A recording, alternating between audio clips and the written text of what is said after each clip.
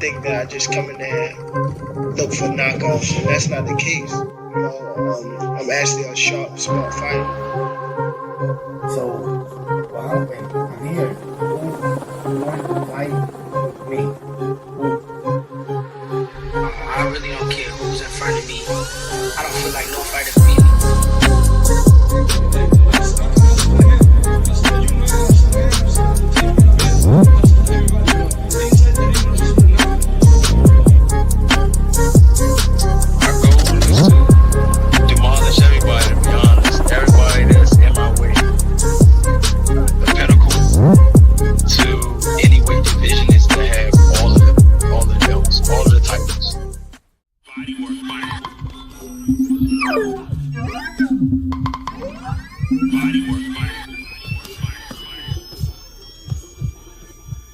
Welcome to Bodywork.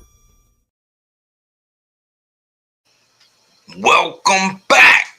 It's Michael Rogers. Welcome to Bodywork Boxing. It feels so good to be back. How y'all doing out there, man? I'm just catching up on the latest news and nuggets and all of that, man, and I don't really know what to say, man. I think boxing's in a weird space, man. Even people you respect, man, you come out and you hear them open their mouth when it comes down to talking this boxing talk, and it don't make no sense. Cookie Monster, Bodywork. Salute, Cookie Monster. I appreciate you. But I'm sitting here and I'm just like, it's kind of weird, man. Boxing is in a very weird space, man, and I think we got a responsibility, especially as a hardcores and people that truly care about what's going on. Mic check, 1 2 1 2, sounding like $1 million. Oh shucks. You know I need that microphone checker. But we got a responsibility, man. The hardcores, and I'm just disappointed. Even if I don't see eye to eye on you, even if you might be a proverbial op, you know, if there is such a thing, it just never. The links that people go through and some of the things that actually come out, it's so weird to me, man. You know, I could start off on a rant. I could go by where I just seen something where Keyshawn is actually telling Schofield to reach out to Jay Prince. Like, do y'all like? I mean, you could be a fan. You know, there's a key hive, there's a core hive, there's a D hive, there's a B hive. There's Devin got his, his hive. Boots got his hive. Core got his hive. Key got his hive. You know, people say Tankamaniac and all of this and all that. You know what I'm saying? But he's the most. I don't care what nobody say. As far as like level of competition and what he's able to do in the ring, given his stature and when he does it and how everybody's fighting, who he wants and what the people that he's actually fought, what they went on to accomplish and how he puts the spotlight on everybody, man. I think if you want to call them Tankamaniacs, I think they kind of justified. I don't consider myself a Tankamaniac. I consider myself a Tank fan, but when you look to what's going on and how these guys are moving and some of the weird, crazy things that is actually going on with these guys, man, it makes no sense. It makes no sense, man. When I told y'all before, I'm the type to where even if I don't agree, you know what I'm saying, I might come check you out. I might listen to what you got to say when it comes down to certain boxes because I appreciate the take. And I've also learned that when it comes down to certain people, even the haters, I've learned from haters. How do you learn from haters? You learn from haters because they actually, one, they put you in the mindset of how the ops are thinking. That's one, right? But occasionally a hater will come out and say something, you know what? I'd never think about that. I wasn't looking at it in that way. I'm just one of them guys, man. I'm open-minded and I listen, but if we allow boxing to remain in the hands and we really give credence to what some people actually set up a whole live or the energy that they put into these videos, if we actually gave credence to what they say, boxing would already be over. I already said that it's on life support. Boxing is on life support, y'all. And it's kind of wild, man, what I'm hearing out here in these YouTube streets. But I'm not surprised. I'm just taken aback, like, wow. You really want to say that? You really want to make this point? You really want to take that side? And it's a lot of people still playing politics, man. That's why I don't respect no motherfucking politicians, man. Julian Alcatraz, what's up? Salute. Appreciate you for stopping through. But I don't appreciate no politicians, man. It's every nuance in this boxing thing. It happened a lot when Bud was fighting Spence, you know what I'm saying? Regardless of the outcome, a lot of people validate themselves by what the outcome was, but that's not what boxing is about. If boxing was based on outcomes, then the outcome of Devin Haney versus Brian Norman would say that, Xander wouldn't have took on Boots. Because of the way Brian Norman's getting disrespected post Devin Haney fight, you know what I'm saying? Like, people just allowing Keyshawn to just leapfrog over him. And let me park on that right here before I even get into the housekeeping, before I even, introduce my guy. Like, let's think about something. Keyshawn Davis got a belt at 35. He has an Olympic pedigree. He got a silver medalist. The guy who won the gold, YouTube streets, anybody who would get their funky ass lips on the microphone justify why he shouldn't fight Andy Cruz. I'm like, hold on, man. This guy beat you in the Olympics. The impetus for why we got Game 7, which was Ryan versus Devin, which Devin got smacked around like a cheap slut, was because of the amateur pedigree. So if amateurs didn't matter, right, then why would Cruz even be relevant? He's relevant because he showed that he was able to get gold. The same reason why Lomachenko was getting the praise that he got, it wasn't necessarily what he did in the professional ranks, but the thing that fast-tracked him, the thing that got people telling Bud to his face that they think that Loma was better than him, like with that silly-ass shit, with this great white hype shit that they be doing with Fury and Loma, and now it's another guy that's coming up that they got another white hype that they could put the mantle on. I'm talking about pure boxing. Anybody with some funky ass lips was up here talking about how Keyshawn shouldn't fight Andy Cruz. And I'm like, hold on, man. Like, what are y'all talking about? In life, you want your get back.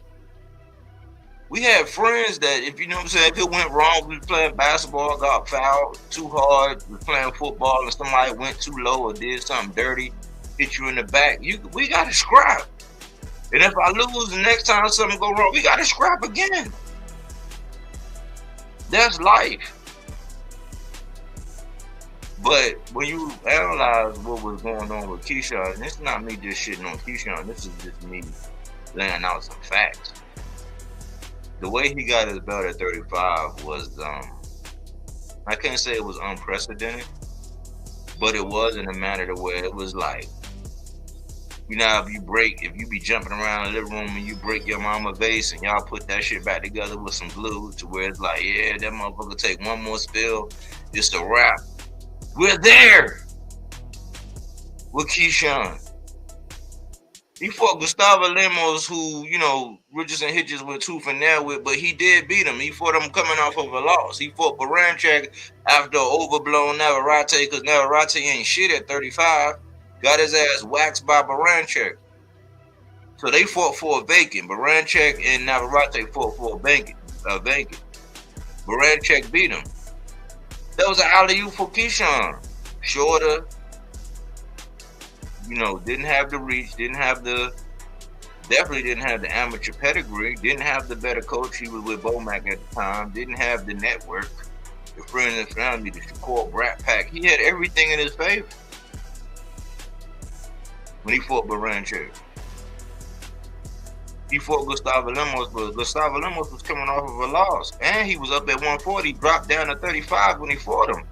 All the advantages, more athletic, IQ, taller, stronger, faster, more athletic, everything. He got the belt. He went to go defend it against De Los Santos, which was which was Shakur's work. Blew weight. Didn't even attempt to make it. He was going to wait bullying, thinking that, oh man, because this man is coming from a less fortunate place, you know, where he just needs the money. He was banking on the fact, oh, he going to need this money. He going to take this money. But he had Samson in his corner. He was like, nah, man, take that scratch and we out. Samson felt his back. He realized that Keyshawn didn't even try to make weight. We out. Abdullah Mason had to say today. He pulled his shit with Abdullah Mason. Only to come back and apologize, but then double back down saying, oh yeah, fight me. But then by the time you get to 40, I'll be at 47. What do we be talking about when it come down to Keyshawn, bro? But when you look at it, that shit is paper thin. That shit is flimsy as hell. People say, oh, well, he only got 16 fights. A lot of y'all people out here in the boxing community, y'all buy. I'm straight up and down. I might got some special effects. But think about it, y'all are buy. A lot of times y'all want shit both ways. Either he got 16 fights, he need to develop, and he this and that, or he's one of them ones. He can't be one of them ones when the resume, everything, anybody that yell out Tank name can say, oh yeah, he got to fight him, but anybody that yell Keyshawn, why would he do that? It's like, because of what? Because of the Olympics? If that was the case, why was Tank over there talking to the Olympians and Shakur wasn't? Tank ain't never go over there to the Olympics. Like, what do we talking about? But when you look at the resume, he got a belt. He went to go defend it. He blew weight with De Los Santos. That was Shakur's work. He go up to 40, and who the fuck did he fight? Nair Albright.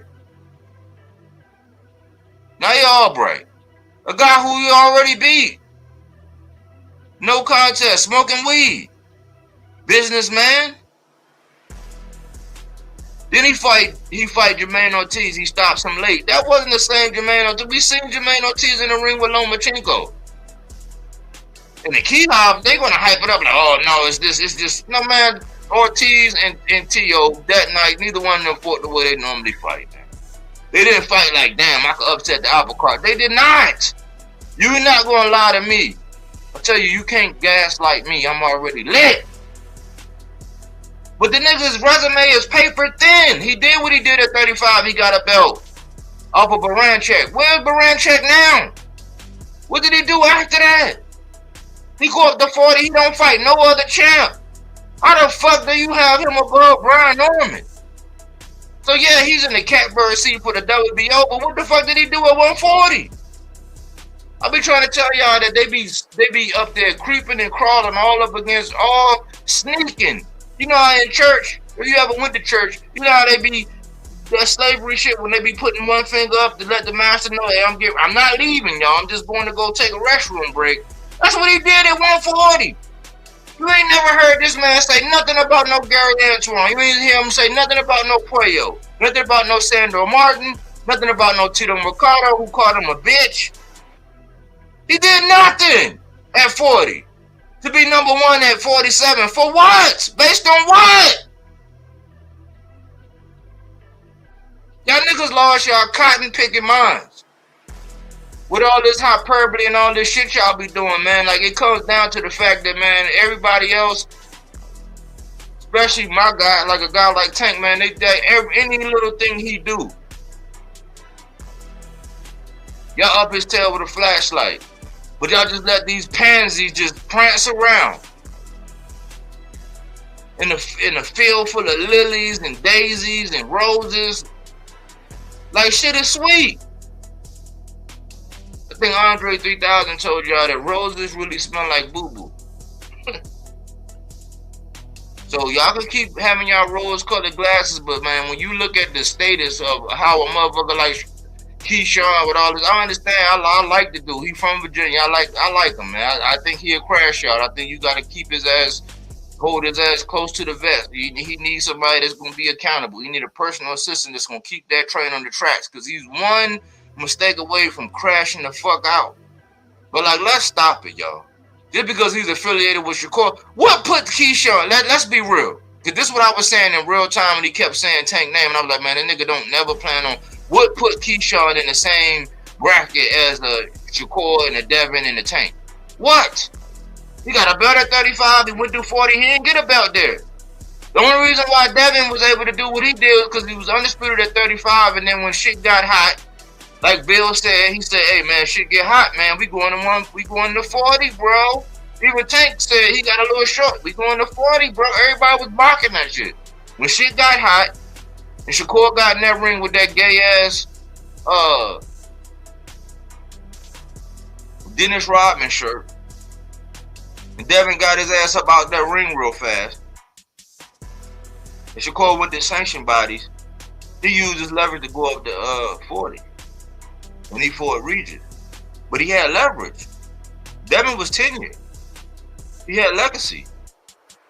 He used his leverage, unlike Richards and Hitchens, who just dropped his belt and go up to 47 like a dummy.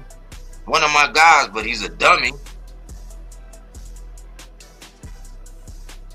What leverage did Keyshawn have? He was number one for the WBO, who Shakur had, but you know, they got this BFF clause where they won't fight each other, so everybody gave him a pad. But then he fight, now they all bright. Will he fight Jermaine Ortiz? What did Jermaine Ortiz? Did Jermaine Ortiz get a belt? Did I miss something? Regardless if you think he beat Lomachenko, regardless of like myself, who I think he beat T.O., regardless of what we think, what actually happened, Captain? Nothing. So for him to go to 47 and be ranked above all these killers, first of all, it's smoke. I can name at least 5 motherfuckers that'll fuck Keyshawn up at 40. You want to be honest? Fuck him up.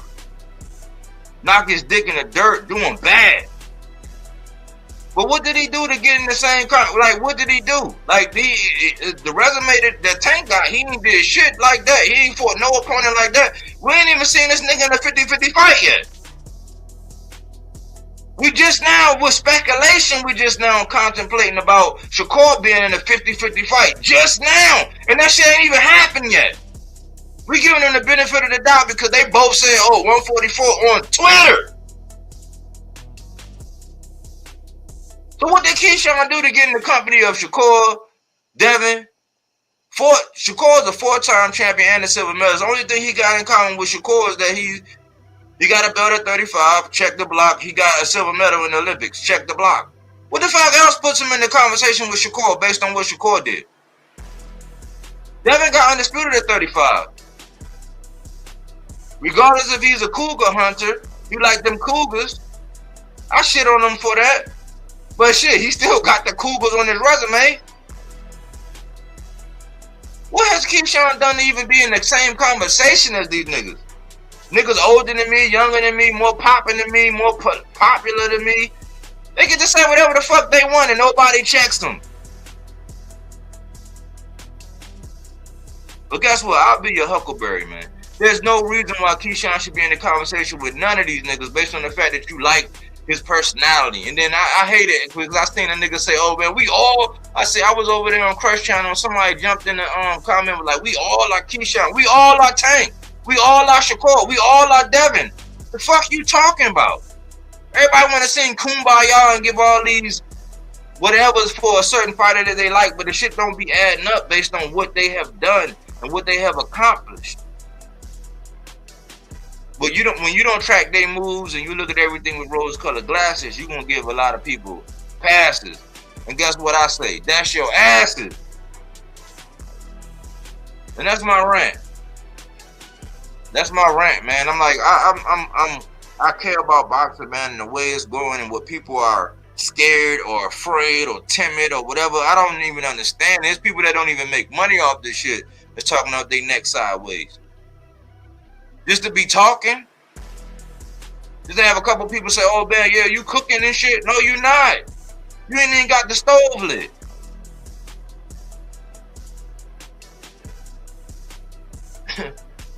That's my little rant, man. But AC, how you doing, bro? Man, everything good, man. Google just be tripping out every once in a while. I guess people who know what it is. But at the end of the day, man, I that's the way I feel pretty much about Keyshawn and a lot of stuff that's going on. And you know, it's just like, okay, what did he do at 40 to have him become Devin Haney's mandatory? You know, and how did this, you know, and everybody's like, yeah, Keyshawn versus Devin and Keyshawn versus Devin and yada yada yada, and I'm still like, okay, but what did he do? Because I can think of other fighters that really deserve that fight with Devin Haney. I could think of one guy in particular who, at the end of the day, and we're not talking about my guy ducking somebody, and I don't know what we're talking about, and I don't know why all of a sudden he gets a pass for ducking that guy, but him versus Keyshawn is the fight of is one of the biggest fights of this year. I'm like, word? That's crazy work. So you make claims at 40 that you're gonna go up and fight a champion. You don't fight any of the champions. You know what I'm saying? You wind up fighting Jermaine Ortiz. Decent fight. And then we're thinking about a young Latin guy who's got his foot pretty much on Keyshawn's neck. And at the same time, if I put that same energy as people were using for Morrell going after David Benavidez, and even myself, I was on that bandwagon and saying, you know what? David Benavidez is going to have to deal with David Morrell, because if he doesn't deal with this dude and lets that chase get more and more and more fans, whatever, it doesn't make him look good. You know what I'm saying? And God forbid he has a bad performance somewhere in between maneuvering around this guy or not facing him at the time, then people are going to say, well, this is the reason why you won't face him. So Keyshawn maneuvers around the guy who beat him as a pro and the guy who beat him as an amateur. He maneuvers around that guy, then jumps for joy when a fighter with a set of balls, or as they say in Spanish, cajones. You feel what I'm saying? Goes after Andy Cruz and he beats him, and he beats him in a great fight. You know, no matter what you say, win, lose, or draw, this is the type of fight that I said before are the things that let you know, the tells that both of these guys we will see more of them, and eventually they're gonna make it if everything goes well in boxing in their career and just life in general. But to look at this adoption of Keyshawn Davis, and there was a point where I was like, I saw the rise of Keyshawn. I saw immediately, as he was doing certain things between us hardcore fans, we were asking for the Keyshawn and Shakur fight. Like, yo, well, if Shakur stay there, he got Keyshawn coming up, and blah, blah, blah. But as soon as that shit got real thick, you know what I'm saying? You didn't put enough water and milk in the oatmeal, and that shit got real thick and pasty on you. Type of shit that you see, moonshiners take that thick ass oatmeal and put it around shit to seal shit up. When it got that thick, that dude made that guy his friend. Whether or not that shit was going on prior to us knowing what was going on in this long-term relationship, at the end of the day, you two dudes are in a solo sport. The only team is the team that helps you train. You know what I'm saying? Is the ones that are behind your back, watching you weight, working on the hooks, the footsteps, and everything else. Those are the guys that are preparing you for the fight. If you bring in another fighter to help you prepare, that's icing on the cake. But if it's one day I still got to face you, then it is what it is. Larry Holmes versus Muhammad Ali. That was his sparring partner, long-term sparring partner. Larry Holmes then goes out and has a great career. Why? Because he fucking fought Muhammad Ali. The fuck is wrong with y'all? So at the end of the day, we got all of these examples in boxing where best friends, brothers-in-laws, and all of this other kind of shit. These guys get in the ring, they do what the fans are asking, they give us a great fight, and these guys compartmentalize that fight and they just go on. I'd rather get into a fight with my homie than to sit there and know, like me and a dude like Bodywork, both of us aligned. But we hang out a lot and shit like that. We get a little tossy, get into our arguments and stuff like that. You know what I'm saying? And it gets close. Like, people like, yo, I thought y'all was gonna fight. And y'all was so heated. And it's like, yo, all you gotta do is pull the trigger. I'm not saying that's still not gonna be my homie, but we got to get this shit on, because you gotta let me know, Body, what the fuck wrong with you? And Body telling me, nah, AC, what the fuck wrong with you? I thought everything. So let's get in the ring. Let's hash this shit out. And at the end of the day, let's go to a fucking picnic after this. And we've been there. And we've been there. That's why we rock the way we rock. We done went head to head like that. So it's like we don't have none of that energy. And the thing is about Keyshawn is like, you want to have it. These niggas are buy. I can't describe it no other way. They buy. They want it both ways. Mm-hmm. You know what I'm saying? It's like the whole saying of, you want your cake and eat it too. And there are too many blunders, mishaps, too many like question marks. Like, you miss weight. Like your last fight, you missed weight. You had a belt at 35. You didn't fight all the killers at 35. You use Tank's name as clout every time. But and I was calling it out. I lost people that I thought I was cool with. I say fuck them now, because shit, like, you know what I'm saying? Like, only the strong survive. But I was saying, man, this dude is full of shit, man. He keep calling out Tank's name, and he has no intentions on doing it. He uses his name for clout. That's some, like P. Diddy said, that's some bitch assness, man. And then your resume is paper. If Shakur's resume, when you hold it up, that shit up to the light and how they praising Padley, I just seen the Ring magazine say, "Oh, he barely squeaks by this guy." Like if this guy would have dropped him, or if another judge would have saw something the other way, man, Padley would have even been a draw. Padley would have lost, bro. And they praising him. So if Shakur's resume is paper thin, what the fuck is Keyshawn's? And then you got the whole missing weight, the alcohol thing. And then this flimsy ass thing to where they just allowing him to move based on the precipice of him being in the BFF network.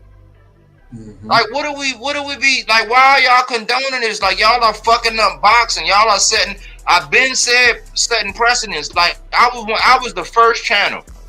Yeah, I'm gonna stand on this. I was the first channel to say, man, this French shit is gonna fuck up boxing. I'm past it. I don't ever want to see Shakur fight Keyshawn. Why? There ain't gonna be no malice.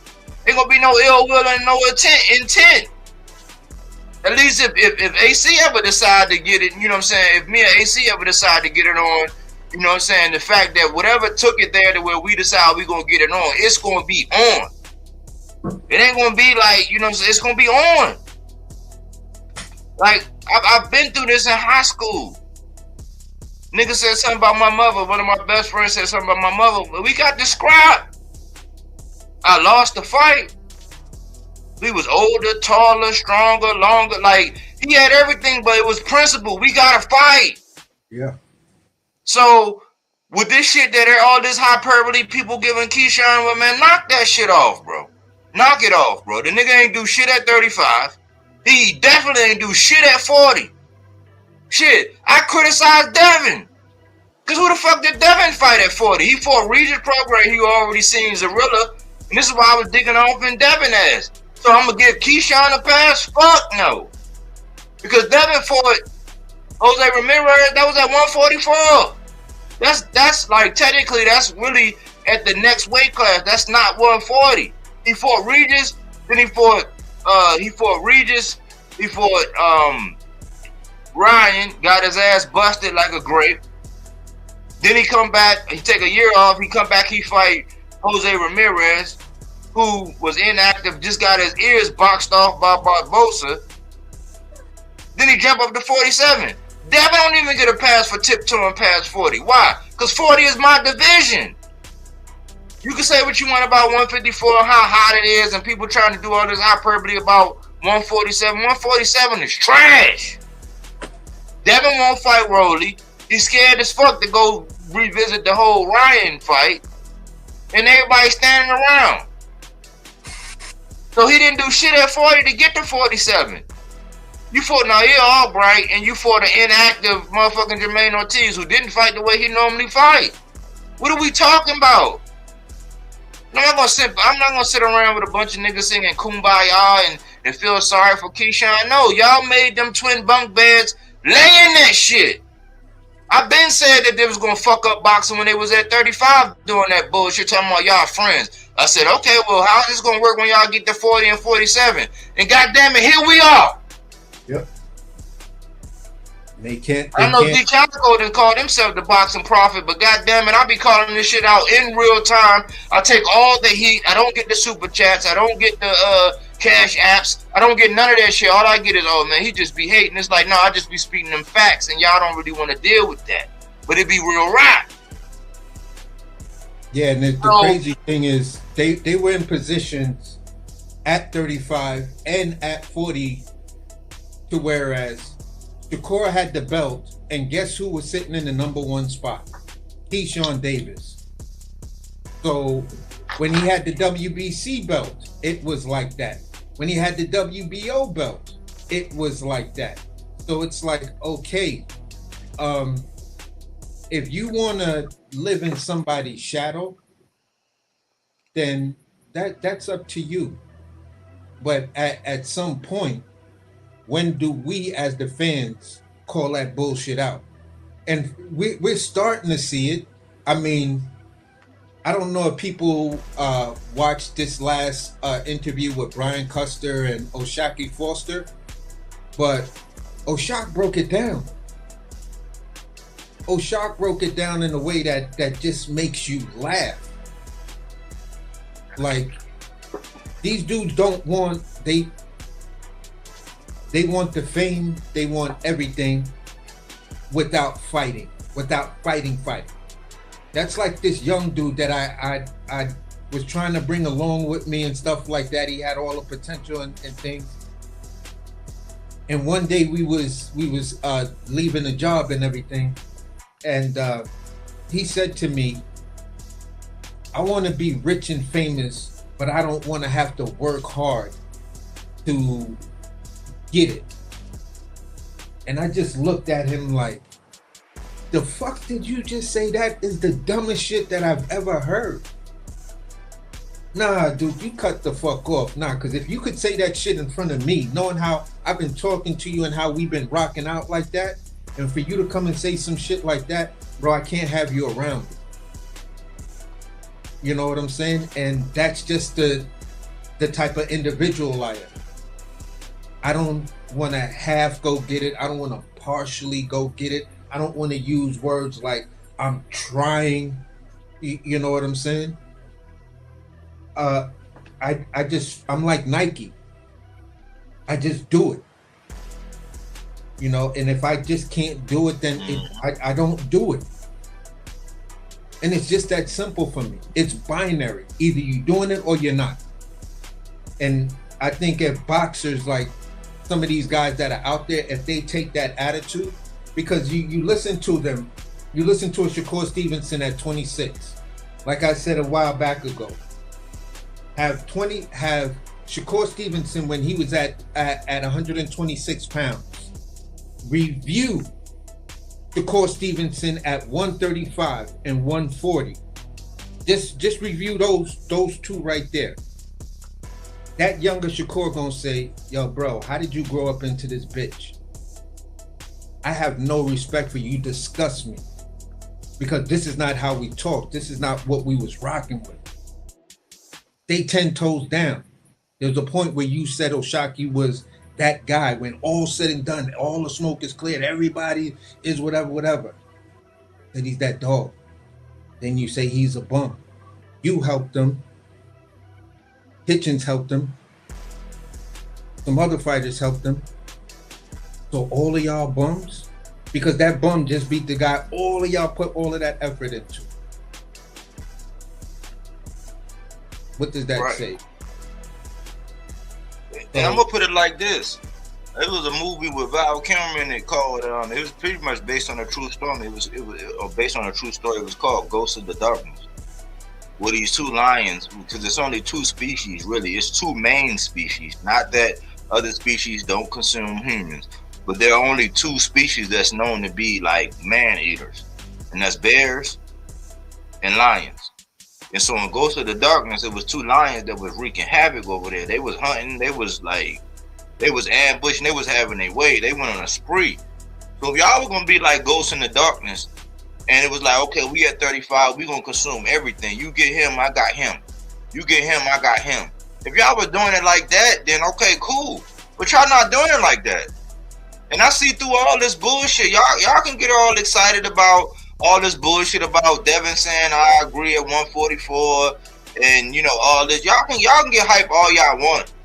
Me, I'm about, hey, y'all let me wake me up when the motherfucking contract is signed. Are we there yet? No. Okay, all right, I'm going back to sleep. Are we there yet? No. But if y'all was like the Ghost of the Darkness where I got him, all right, you get AC, all right, I got Body, okay, all right, well shit, you get D Calico, all right, well then shit, I got Aaron Jones. Like, we taking them out. Like, we you know what I'm saying? Buddy set, buddy moving on some army shit. Y'all not doing that. Y'all sitting up there calling out the same people. It's like Shakur taking this nigga fights. He's too dumb to realize it. Because none of the smoke that he really got, the De Los Santos, that wasn't his idea. Then he pulled out with missing weight and y'all give him a pass. Jermaine Ortiz, he had a signed contract with Shakur name on it. It's on wax. And he fought Jermaine Ortiz, and he took that fight from Richardson Hitchens. That's why I don't really go in on Richardson Hitchens like that. I went on him when he dunked Duarte, you know what I'm saying, and then going to Zuffa. I was like, yeah, I'm off. Like, you went over to Zuffa, my nigga. Like, hey, I'm off. I still respect you. It's not. I can't deny it. I can't take back everything I said about you and how great I think you really are. But I can't condone the move. I'm off. I'm off the wagon. I'm off until you get your goggles on straight and you seeing right and you swimming right. I can't get with you. But y'all not doing that. Like, these niggas are not doing that. They say, oh, they both calling out Tank. Neither one of them have put the same energy that they did pursuing other motherfuckers. 2 years, Shakur with 2 years pursuing Zepeda. You know what I'm saying? Wanting to get Cordina when it was a Tank. So you duck Tank to go fight Joe Cordina, nigga. Then pulled out from a hand injury. Nobody says nothing. And Keyshawn, your shit is paper thin because, yeah, you had De Los Santos on the menu, but you didn't even want to do nothing. You didn't even want to try to make the weight. Why? Because you knew if you got your ass in there being a puncher that he is, you might have got your ass knocked out. Then with rumors that Jay Prince was trying to sign this nigga. That's why I say I don't trust no ops of no Jay Prince fighter. Only one I'll trust right now is Devin, because Devin got so much to lose that he ain't gonna let mob ties convince him into putting his hands in his pockets. It's do or die if it happens. But y'all can sit up there and give these niggas all this praise and all this credit, but what's gonna happen? Mark my words. And if I'm wrong, I'll eat crow. But what's gonna happen is they're gonna do these negotiations long enough for Keyshawn to go pick another dumbass opponent, right? And then the negotiations gonna fall out, and Devin gonna be like, well, shit, I gotta stay active, so I gotta pick somebody that's gonna be a nobody. Watch. So y'all get all excited about this 144 bullshit. You know what I'm saying? I don't agree with it. Why? Because I'll put it like this. You go get a ring. You pay a certain amount for it. You go get a chain. You pay a certain amount for it. You fuck off. You don't live up to your limelight. You upgrade and all that. And all of a sudden you find yourself at the pawn shop. The pawn shop not going to give you the value of what that ring really is worth. And that's the way I see this Devin and Shakur fight. Y'all gonna let a nigga like Dana White capitalize on one of, because people were saying that's the biggest fight. The biggest fight is not Devin versus Shakur. That shit came out of nowhere. Like, yeah, we been wanting to see him fight and all this, but that's not the biggest fight, especially at no catch weight where it's like, oh man, both niggas gonna have excuses. You know what I'm saying? One party gonna be like, oh yeah, I was drained, and one nigga gonna be like, oh shit, I had to move up. I only had one fight at 140. It's too much there. It's too much meat on the bone to make excuses for the loser. That the value of it and the person that's gonna reap the rewards. Why? Because Dana is in the right spot and he got all these persons that's on steroids for making all these mismatched fights. He's gonna get the glory for it? No. It's like if y'all would have fought who y'all was supposed to be fighting, this shit would be blockbuster and pay-per-view. And y'all would get y'all full equity of it, and y'all wouldn't have to go over to Zuffa to sell your butt to do it. But they ain't gonna get the credit for it, so it's like y'all going to the pawn shop to cash in, and the value of the fight ain't even gonna reach its potential. Devin should be fighting Rolly, or it should have been Ryan, but Ryan got they bullshitted with that. Devin really didn't pursue that, so Rolly was like, Ryan was like, I'm gonna go ahead and get busy with Conor Ben. That's what happened. So then Rolly come along, and that'll be the next best fight. Why? Because you'll have two belts. You'll be unified. You would close the triangle. The guy who beat the guy who whooped your ass. You know what I'm saying? We would get more data, and people would buy that fight. You didn't do that. So now it's gonna be this freak show of a fight with you and Shakur. They're gonna negotiate and bullshit long enough for Keyshawn to go fight somebody else, and that's gonna relieve Devin of not losing the strap, because if he don't fight Keyshawn, he's gonna lose his strap. It's gonna relieve him long enough for Keyshawn to be like, well shit, I gotta stay active. And I think this was a plan. This is some chessboard bullshit that they got going on. I think it's a plan. They're gonna do this negotiation long enough for Keyshawn to be like, hey man, well shit, I gotta stay active. I gotta get somebody. It's not gonna be Brian Norman. It's not gonna be Rohan Polanco. It's definitely not gonna be Tiger Johnson, because they say they sparred too many goddamn rounds together from the Olympics. So it ain't gonna be no fight we want from Keyshawn. And then by the time he go find that and the negotiations fall out, Devin will be like, well shit, it's been since November right around the corner. I gotta get somebody that's gonna be a bullshit fight, that we know he gonna beat or know he got the ups on. And that's what's gonna happen. And if I'm wrong, I'll eat my crow. But y'all can believe this 144 bullshit all y'all want. I'm not giving these niggas no benefit of the doubt. And Shakur doing the same thing that he did when it came down to him and O'Shaquie. He waited long enough for O'Shaquie to go ahead and get it on with Ray Ford to say, hey, I want to go get more retired. Now Moritalia got a fight on the line, and what? It's gonna leave Shakur in limbo, be able to pick a motherfucker out of the blue, somebody that might got a name or whatever, and then it's gonna be another bullshit ass fight that we don't want. So we definitely gonna get Shakur versus Keyshawn. We're not gonna get Shakur versus Devin. We ain't gonna get Devin versus Keyshawn. And everybody just gonna shit on Tank the whole time. But Tank about to fight Schofield, and everybody shitting on that. That's not a good fight. But it was a good fight when Shakur had him on the hook. Knock it off. So I'm sorry to rant, but like this is the bullshit in boxing. We ain't even get into the housekeeping, man. I'm gonna go ahead and get into the housekeeping. You got anything before I get into this? No, I was just looking at the 147-pound rankings and stuff like that, and I just still find it amazing that Bill said there is, and not only Bill, but I've heard other people that are in the mainstream of boxing media talk about there's no smoke for Devin at 47, so it makes sense for him to go up to 54. You know what I'm saying? And challenge somebody up there or whatever. So I'm just like, yeah, this whole thing is just ugly.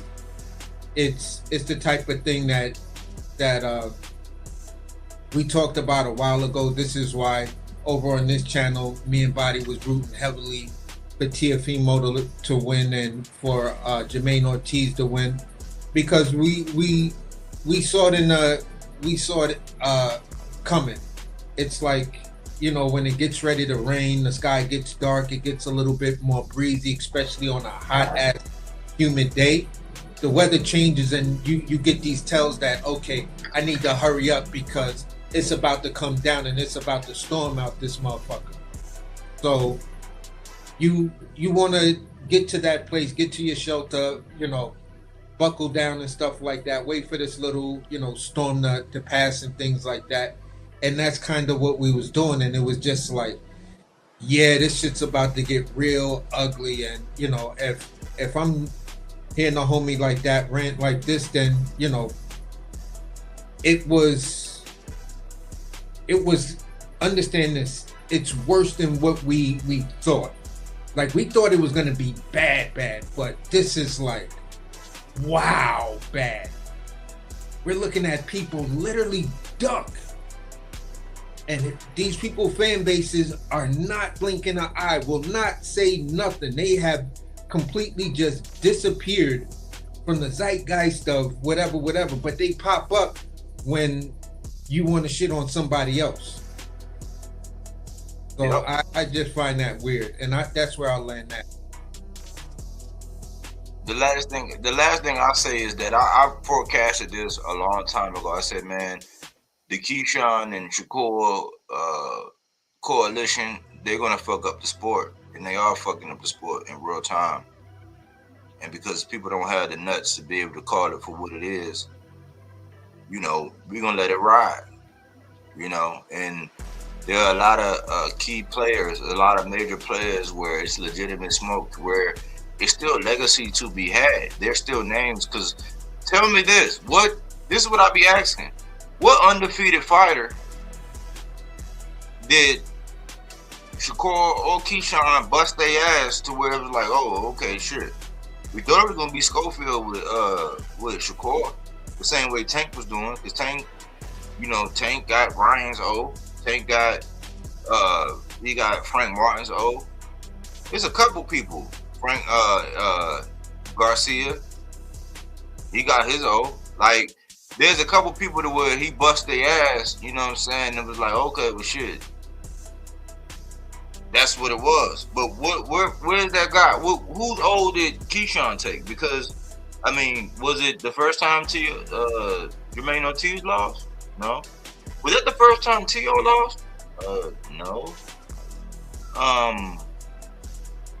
So what do we be talking about?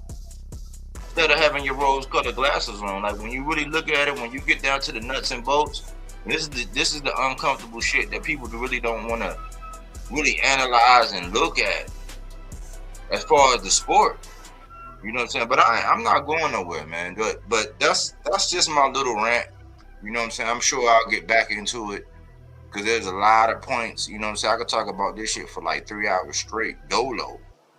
You know what I'm saying? Straight up, I could talk about this shit for 3 hours, non-stop. And I wouldn't stop. I got so much data in my mind that it's like, this shit is blowing my mind to where it's like, y'all fucking up my sport. I don't give a fuck about two prima donnas that think they got the game in the chokehold. It's like, y'all gonna go by like a fart in the wind. Nobody gonna recognize y'all. Nobody gonna remember y'all when it's all said and done. When y'all hang up, right now as it stands, when y'all hang up y'all cleats and they retire your jersey in the Raptor, they gonna say, oh yeah, they were Olympians, but like when they put your resume up to the light, man, that shit gonna be like a wet paper napkin. And I'm gonna get into the housekeeping, man. There are weight classes for no reason. And I know this resonates with AC because we always hear, yeah, there's weight classes for a reason. We heard Bud say prior to him fighting Canelo, a year and a half, almost 2 years before, like, man, this weight class for a reason. Nah, I wouldn't fight Canelo. And then what'd he do? They come out and stand, oh yeah, he's really 160 pounds. He's really 100. And I said it in real time. This is why I was like, man, I have no shame in what I be saying, because I was saying when he was down at 35, it's an interview where Bud was saying he didn't eat for 2 days. For a nigga that get hit in the head in pugilism. For all my people that supposedly be like combat sports and all this bullshit. When is it healthy for anybody to be competing and they not eating for 2 days? I don't give a fuck what weight you campaign in.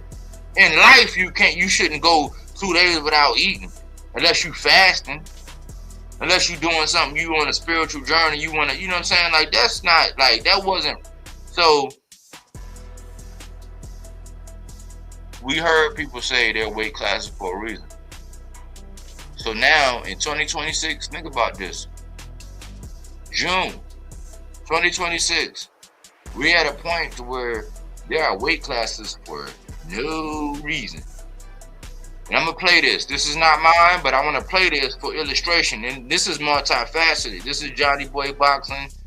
You know, I mean, I've seen some interviews where I'm like, okay, cool. You're a cool guy. It's nothing personal. But then it's like, how come a nigga like me, a nigga like AC can't interview these guys? A nigga like that ain't going like fold. Nigga gonna ask some tough questions. And this is not hating. This is an observation. But there are gonna be a couple of things in this interview that stick out to me, and I'm gonna pause it and I'm gonna speak to it in its relevance. You know what I'm saying? But I'm gonna give credit where credit is due, because for whatever reason they like you. They like all these soft, like not you. Yachty Boy ain't soft, but some of these other niggas, I'm like, damn, but you gotta be part of the Rainbow Coalition to get an interview with these niggas? Like, I don't understand, because I'm hearing the softest niggas interviewing these cats, and they not asking the right questions. They're regurgitating the same things. I'm not saying this is going to happen, but there are some things in this that is relevant enough for me to be able to pull this up and do a housekeeping on it. So I'll say that this is not my information. This is for copyright purposes. Copyright disclaimer under Section 107, the Copyright Act 1976, allowances made for fair use. This is fair use for purposes such as criticism, comment, news reporting, teaching, scholarship, research. Fair use is use permitted by copyright statute that might otherwise be infringing. I'm not infringing. Non-profit, educational, or personal use tips the balance in favor of fair. That's all I really ever do. I always just tip the balance in favor of fair. So that's why I'm doing this. This is not my material. You know what I'm saying? Shout out to the guy for actually getting the interview. I'm not hating at all. Get your money, little duffel bag boy. But let's look at it. Let's look at this.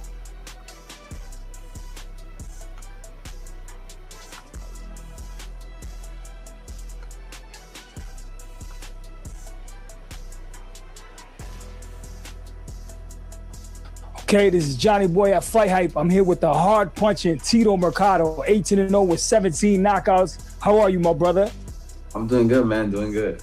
All right, man. I'm excited to talk about you. Talk to you because you have some exciting news. And let me say this. Tito Mercado was one of my guys. I'll be checking for Tito Mercado. I'm glad he got off that Matchroom shit because a talent like that, he one of them guys that they will put his ass up on the shelf a la Andre. You know what I'm saying? When he didn't get the fights that he wanted and he got put up on the shelf, and Boots. You know what I'm saying? When he was on his European bum bashing tour up under Eddie, not getting the fights that we really wanted him. He would have done that. So I'm glad his father and him was smart enough to get off of that shit. But Tito Mercado was one of my guys. His talent jumps off the page. 18-0 with 17 knockouts, a la Berlanga style. And he didn't get it off a top rank. He matched himself. Well, a lot of them guys with Shakur and Keyshawn was fighting these guys. He would come behind these guys and stop these guys faster. Or when they didn't stop him, he would stop them. That's Tito Mercado. Nicaraguan, and he's American boxer, but he got a history with these guys and the amateurs. He's chopped it up with him, just like Morataya. He got a history with him, but they won't say his name. That's my disclaimer on that. Now you have a new promotional company and a new opponent. Talk to me a little bit about your opponent and some of the details of how this promotion came about. Yeah, man, as far as the opponent, man, we're still working something out, so nothing, concrete yet, but obviously we got some good names that we're trying to pull up. But man, I'm just excited, man, like I said, to get back in the ring. I haven't fought since December, so, it's a new promotion, first fight to be back at home. It don't get no better than that. And what's their plans moving forward, for you with this new promotional company? Do they plan to keep you busy? How many times are you going to be fighting in the year? For sure, man, they're going to try to keep me busy. Obviously, I'm probably not have, not as many fights as I would like to because I'm already, halfway through the year, but I'm definitely going to try to push as many as I can.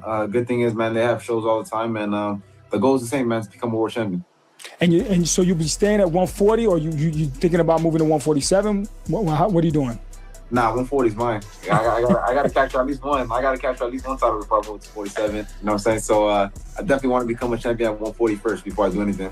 Definitely. Well, you have Dalton Smith, he's WBC. You have Gary Antoine Russell, Shakur Stevenson, and there's a vacant IBF. Richardson Hitchens just moved up to 147.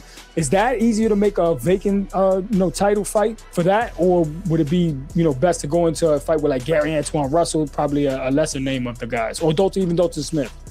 I think honestly, I think whatever opportunity comes first. Like I said, I don't see no other fighters. I'm like, obviously, I'm not going to include the champions, but any other fighters that are in the top 10, I don't see none of them raising their hands to fight me. So honestly, man, whatever opportunity I get first, whether it's for a vacant or not, I think they just ordered a mandatory though for the vacant, Delgado versus, I think his name is Arthur something. I think they just ordered that one. So whoever comes out, Now I give Tito credit because some of these guys, they be talking their shit and they're not watching, but you can tell he's paying attention because he's really hungry. That's always an indicator of, okay, are you really in the sport, or it's just a crash grab, or you just in it, for a minute. He's not. He's in it to win. Of course, and that one, like I said, whoever's, ready to give me my shot first, and I'm cool with it.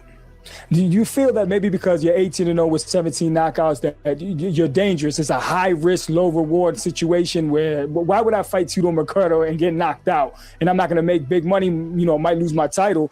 I'd rather fight somebody for big money if I'm going to lose. What do you think? No, I think so. Look, I don't blame them. Most of my knockouts in the first 3 rounds, right? If you're an elite guy, you shouldn't be getting taken out in the first 3 rounds. So, my new game plan from now on is start knocking dudes out in the 8, 9, 10. So they get a little comfortable. They think they can take me. So, that's my new game plan now. Sorry from now forward, because I can't get no fights. So you got to play kind of possum. You got to play with them and okay, look, now Tito's power is not as dangerous as it is, and then entice them to get you to fight. I gotta make them, obviously I'm gonna still look good, but I gotta make them think that I'm not the boogie, I'm not invincible no more. I gotta make them be like, oh, okay, we could go there, we could beat them up, you know what I mean? So I gotta give them that type of fight. Obviously, while still looking good, but I gotta let them think that I'm slowing down. Yeah, that's a good strategy. Now, if you do have to pick somebody at 140, who would you pick and why? Obviously, it's no secret that obviously I want to fight Shakur, right? I've been having a thing with him for a while already. You just get on my damn nerves, but ultimately, man, there's just so many good fights. Dalton Smith, Antoine Russell. Man, I don't know. There's just so many good fights. But if I had to choose, obviously my pick would be Shakur. If I went to 47, it'll be guys like Ryan Garcia, Teofimo Lopez. Well, I've been wanting Teofimo when he was at 140, but obviously 47 now. But I mean, there's so many guys, man, that I could pick from. You know, Realistic in my opinion. But let's let this play out, and then we're gonna get to what my point is for the housekeeping. But just keep listening. Open your ears. 40 to like 54 is so hot right now. Too many guys that you could just choose from, to be honest. They just gotta be willing to fight now. That definitely. Now, getting a Shakur Stevens fight, that's like winning the lotto right now. That's like the Christmas morning, right? So, and my question was, when did Shakur become the money man, bro? When was that winning the lottery? Like when Tank came out and was like, man, what has he done? Blah blah blah. Okay, I'm gonna get paid. Like, he's basically insinuating that I'm gonna get paid regardless. But like, when did it become like Christmas to fight Shakur? Like, the opportunity to be able to beat a guy that they label as pound for pound and all this hyperbole. Okay, cool. But like, when did he become the money man or some shit? Like, when were you gonna get like a record-breaking payday or whatever? Like, if your name not Josh Padley, where you was up on the roof as an electrician and then all of a sudden you fight Shakur and get stopped, and now you're a full-time boxer where they invested in you and you get a shot at a British title. I ain't talking about that kind of bullshit. But like, listen to this shit. When was Shakur ever the guy that was gonna be like, oh, okay, cool, I'm gonna get my highest payday, I'm gonna do whatever? Because remember, even going back to Jamel Herring, he raked Jamel Herring, who was his friend, by the way. He raked him over the coals. He went to the sanctioning body. Remember how everybody was shitting on the sanctioning bodies? Like, no, Shakur knew the value of the sanctioning bodies and what they provide, and he got them to average, because that's when everybody highlighted the fact that, okay, well, when you're in a position where you might have been getting paid more than the champion as a challenger, they'll take the average of your last 3 paydays and then they'll make something commensurate to what you've been getting, and they'll make it work in that fashion. But when did this nigga become Santa Claus? Did I miss something? Or is it something Johnny Boy know that I don't? Not sure. But let's put that in the rucksack and march on. So that's going to be kind of difficult because he's going to pick and choose who he wants to face. Now, Gary Antoine.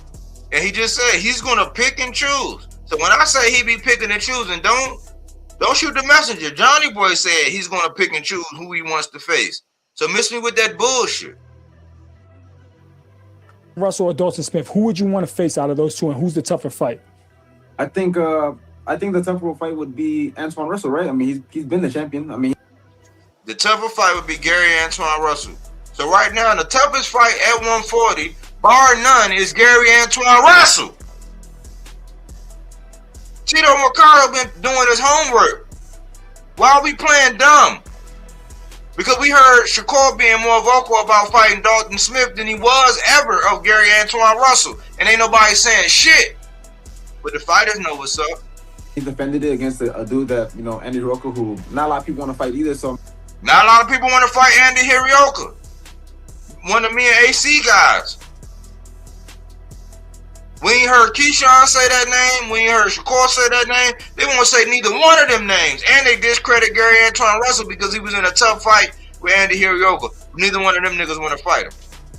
Go figure. I mean, you know, even though I thought Hirooka was coming back in the later half of the fight, but you know, I think he's gamed. I think he has good, you know, more experience than Dalton Smith. So I would say he's probably the more challenging fight between the two. Okay. And he's a southpaw, aggressive.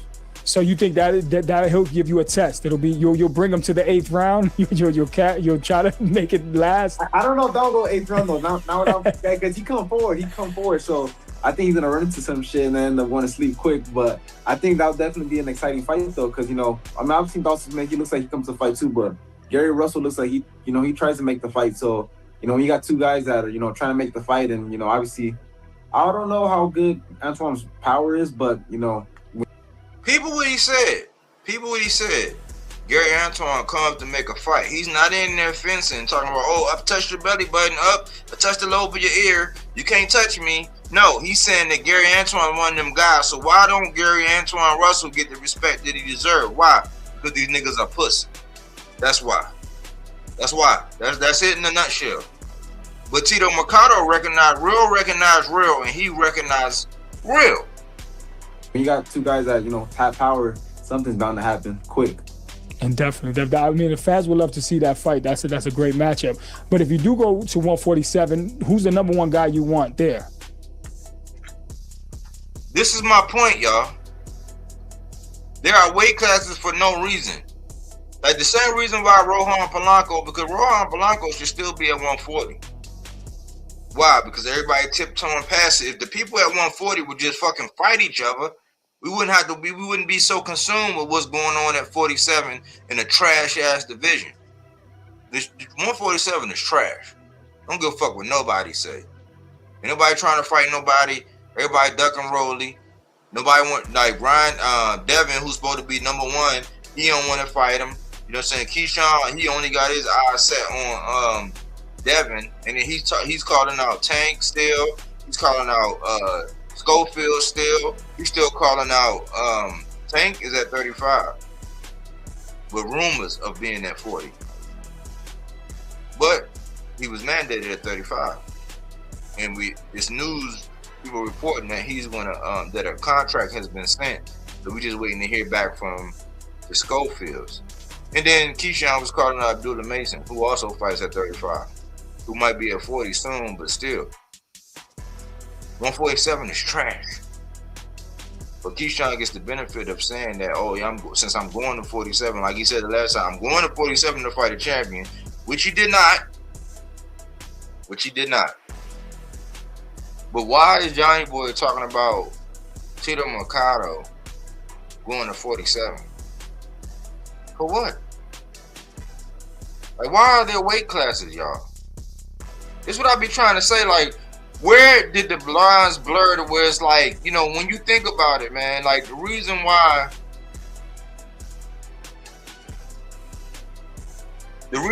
like fights happen are because when you look at Tank, he's been at 35. Yeah, he jumped up to 40 for Barrios. He jumped back down to 30 for a title fight where he had a 35 strap and Leo Santa Cruz had a 30 strap. But that's pound for pound shit. When you jump up to 40 and fight a guy, granted he didn't have the full title because that's when Josh Taylor was reigning, but he fought Mario Barrios. But you can clearly see that the advantages that Mario Barrios had in that fight. He still stopped him. And then he jumped down and he might have the knockout of the, you know what I'm saying, I don't know, decade. When it came down to him, Leo Santa Cruz at that point in time, that's pound for pound shit. But like, our boxing has always been based on the fact that you campaign in a weight class, you dominate that weight class. The same shit that got Errol Spence and everybody around him talking and doing all that. Why? Because he dominated. Up until the Bud fight, he was the guy at 47. You cannot convince me otherwise. So why is Johnny Boy talking about 47? Did he get a memo? Did somebody got a hand up his back to make him say that? This is my point. But let's continue. Damn, man, like something. I think Ryan Garcia probably. Because that's the super fight. That's the money, the payday, right? Yeah, obviously, you know, it's no secret that Ryan Garcia is the payday, right? Everybody wants to fight him, or you know, Conor Benn, who's naming the champion, but everybody wants to fight those guys. But I think for me, more is, you know, I've known Ryan Garcia since I was little, and we're both from Cali, so I think we can make a big fight here in Cali. We go do one like, you know, at the crypto arena where they used to do big fights. So I think the whole build up to it will be great. Obviously, I'm gonna talk my shit to him, and you know, we're gonna do a thing. And like I said, he has power, so at least only with the left hook he does. So it should be interesting to see how that goes. So what's your message to Ryan Garcia? Because if he's listening, I like to play matchmaker up here so we can try to make these fights happen. What's your message to Ryan Garcia? Man, my message to Ryan Garcia is, you know, when I go up to 147 and I become your mandatory, bro, don't run. Because like I said, this is what I call a wasted shot. Like, it's the same thing when Keyshawn was getting in the ring saying, knock, knock, Tank, knowing damn well you ain't gonna fight him. It's like, no, call out a name that's more realistic that you to fight next. There's no reason why Tito Mercado should be named. Like, yes, it's his job to say, I want that smoke, but he's a 40-pounder right now, right? Talking about a 47 guy. So why is Johnny Boy urging him to actually say and give a campaign or commercial to Ryan? Why? Ryan could be like, man, I could pick you. For one, I'm an underwear model. For two, the rematch with Rolly is bigger. The rematch with Devin is bigger. And anybody else, Brian Norman, any other smoke Keyshawn, anybody else at 47, if Shakur ever, you know what I'm saying, get his panties out his butt and go to 47 for real, that's a bigger fight. That's a wasted shot. For what? Wasted interview. I'm not Luke Campbell, you know. There's only a certain amount of dudes I was able to put him down. Obviously, Gervonta being one of them, but I'll make sure he don't wake up. That's the difference. You know what I'm saying? And like I said, we can just make that happen. You know, 2 Calis, I think it'll be bound to make an exciting fight. Now, a lot of people might say that Ryan has more speed and more power than you, and plus he's fighting at 147. He showed that power against Mario Barrios, dropping him in the first round.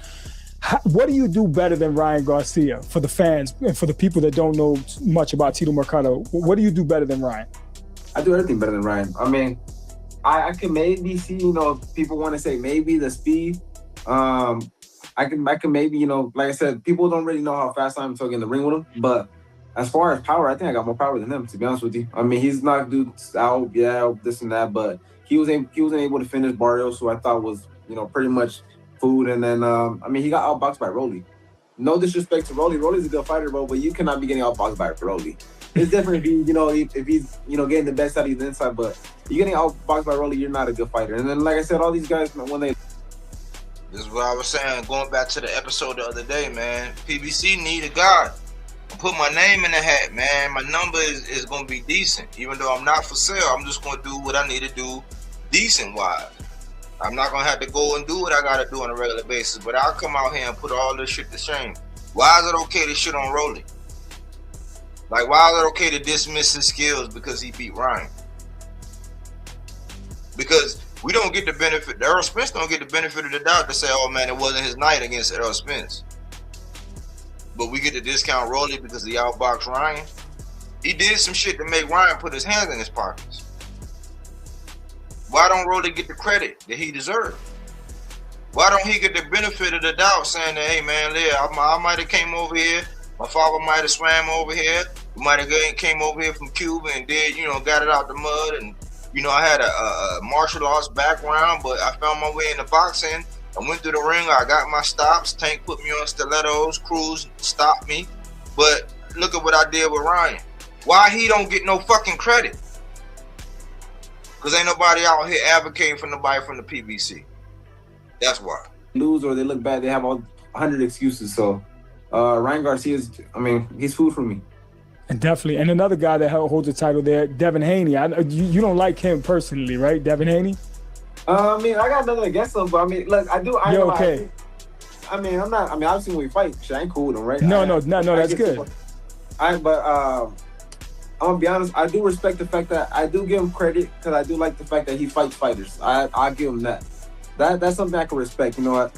Other fighters that claim to be this and that, like Shakur, he fights dudes that he spars or that he knows already real well. So Fimo, I don't care what nobody says. What did I say about Shakur? He fight guys where he got sparring, where he know he already got the up, or he pretty much already took the quiz, so he know he can pretty much pass the test. Unless there's some unanswered questions on there, but the fact that he aced the quiz, he gonna take the test because he aced the quiz. He's just a boxer. I'm just a content creator. We're saying the same shit, but I said it a minute ago. He knows him already. He knows what to kind of feel. Devin Haney, I give it to him a little bit because I feel like he actually wants to get these fights, so I respect him for that. But don't change the fact that I whoop his ass. That's two different things. I respect him as a fighter. I still whoop his ass in the ring though. It's different. But I mean that's definitely a big fight. I mean all three of those guys, you know, Dalton Smith, Ryan Garcia, Devin Haney, and you know even Conor Benn, like I said. I mean who's not really. Those guys are I think like the biggest draws at 147 right now. Absolutely, I agree with you. Now, Devin Haney, I think he has one of the best jabs in boxing, either one or two. How do you get past his jab and beat him when he's on his bicycle, and then on the inside he's gonna clinch like an octopus? He's gonna hold you wisely. I give him that. How do you beat Devin Haney? Well, first we're gonna get a neutral ref, right? That's what we're gonna get. We're gonna get a smaller ring, and I'm gonna do the Ryan Garcia strike. I'm gonna just spam those fucking left hooks. That's all I'm gonna do. Okay, so that's the bread and butter, the left hook.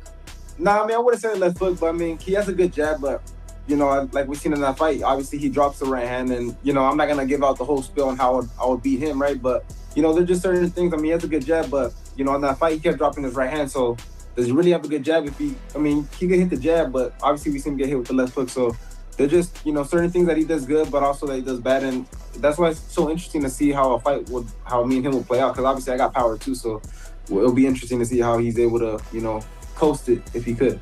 Yeah, the welterweight division is getting hot. It's going back to it's a glamour division now. It's going back to those days. It was you know, cold for a while. Now it's super hot. I disagree. It's not, because they're not fighting each other. So I disagree. But Conor Ben and Ryan Garcia, they're supposed to fight in September. He went on Jimmy Fallon, I believe, and he spoke about it. I think it was September 12th. How do you see that fight playing out? Does Ryan win the fight? Does Conor Ben win? What's your prediction? I think Ryan wins that fight, especially with, you know, the last fight with Conor Ben. I think I didn't watch the fight personally, but I heard that it was real close, and, you know, Regis was slapping up Conor Ben at times. And I mean, Regis is a 140 pounder. He's not a 150. What they fought, 152, 154, something around there. Yeah. They fought a little heavier. So I mean, for a guy like Regis, who's already at the end of it, you know, slapping you up like that, that's kind of embarrassing to me. So I think Ryan Garcia should be able to knock him out. I'm a little confused though, because I heard the promoters, both of them, they kind of act like they didn't know the fight was happening or something like that. So hopefully that fight does get made though. I think it'll be a good fight for boxing. That's what I be saying, man. We giving them the benefit of the doubt. Even Ryan, all this 144 with Devin and Shakur, and then this whole thing about, that's the same thing I said when I heard Oscar talking about the fight. I'm like, hold on, Oscar acting like he clueless. He got the rights to Ryan Garcia. We seen, don't make me bring up Virgil Ortiz. So that shit ain't even etched in stone, but all the while, they get the benefit of the doubt. Ryan gets rid of Conor Ben. You don't respect Conor Ben's skill at all. Not really. I mean, I give the guy the fact that he looks like he has, you know, he has heart. I could tell that. I could tell that he really wants to get in there and fight. But as far as skill wise, I don't really see nothing, man. I see him. I mean, I really don't see it, man. I see him getting knocked out, or, you know, the corner stopping it. He looks like he has too much heart for himself. That's how I see it. I think Ryan gonna knock Conor Ben the fuck out. I'm putting money on that. Definitely. Well, we look forward to that fight. Let's see what happens, see if Ryan's victorious, and then, you know, you guys can mix it up. Maybe you have to move to 147. If you can't get a fight at 140, I think the guys at 147, they'll welcome you there, right? I hope so. You know what I mean? That's all we could do, man. We could just hope. You know, like I said, a lot of these guys, they're not real fighters no more. A lot of them don't want to get cracked. So we just got to see and find out. You keep knocking these guys out. You put them on notice. They can't ignore you forever. You just keep knocking them down one by one. But, you know, switching gears real quickly, moving up another division, the junior middleweight division, 154 pounds. Jaron Ennis is facing Xander Zayas. He's a 5-1 favorite. What are your thoughts on this fight? 5-1 is wow. 5-1 is crazy. Well, how do you see this fight playing out? I don't know, man. Look, that fight is definitely, I think for sure it's a good fight. No doubt about that. But I think they're pushing Zayas a little too fast.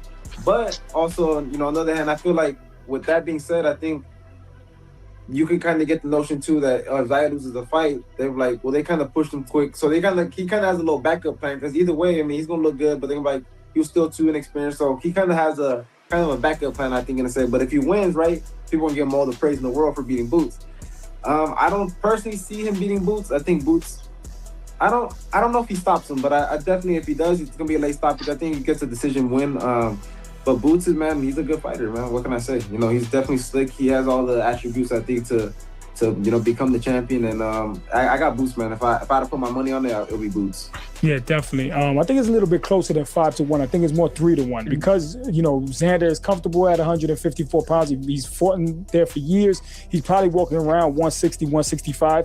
But if Xander Zayas is successful and he beats Boots, where do we place him at 154? Is he going to be the top guy at 154? I think so. I think definitely. I mean, you got to give it to him, I think, at 154. Even though Boots hasn't been at 154 for too long, but I mean, if you really if we're being realistic, Boots been at 154 for a while now. We all know that he's kind of, you know, drained himself a little bit to stay at 147 to capture another title, right? But, you know, Boots is not a small guy either, and I think with that victory there, I think definitely puts him at the number one for 154. I mean, you got Pandora, who I think would be a close, you know, if you want to debate on it. But Pandora hasn't really beat anybody young like that. Keith Thurman, I wouldn't put him, you know, Keith Thurman's a little on the older side. Boots is, you know, a guy that's in his prime, so I'll definitely give him more credit for a win like that. So Xander beats Virgil Ortiz as well. He beats Pandora, beats everyone? No. I didn't say he'd be terrible. I said if he beats Boots, I'll give him credit in the sense that I'll put him Okay. at number 1 at 154. I think he could beat Virgil. Fundora, I don't know, it's a little tricky just because he's so damn tall. I think he throws a lot of people off with his height and how he knows how to fight in the inside. It's so weird how he swings them uppercuts from all the way down there. So, but I think he could definitely be majority of those guys. But obviously with that win right there, I think that'll put him to the top. I think sky's the limit for him if he's able to pull off that fight. That's the only thing I don't know. You know what I'm saying? I don't know, man. I'm defaulting to Fundora. If you go into a fight in the odds makers, this is what I'll be trying to say. This is why I have not done one single solitary video, except for, dare I say, 50-50 when I first did the Boots versus Xander, the initial onset of it about a month ago. This is why I don't do content on Boots versus Xander, because you go into a fight where you're a 5-1 favorite. It's like you're a 5-1 favorite. This is some Shakur shit all over again. So what we gonna say? If you win, you was a 5-1 favorite. This is food for thought. Let's say you're in Xander Zayas' camp. What would be the game plan that you would give him to beat Boots? Well, for sure. I mean, obviously that's hard, man. Definitely, when I seen dudes that move on Boots, I seen Boots have a little bit harder time. I would have to study Boots a little more to give you like a better, but I would think, with that last fight, a lot of people were talking about with the Karen guy, when he was moving around the second time and trying to just do kind of like pop shots and move around, it looked like Boots couldn't really get in his rhythm. I would probably... So when I say, why do I get crucified when I say, we haven't seen him. We don't know if them windshield wipers has been fixed because he ain't fought a mover since Karen.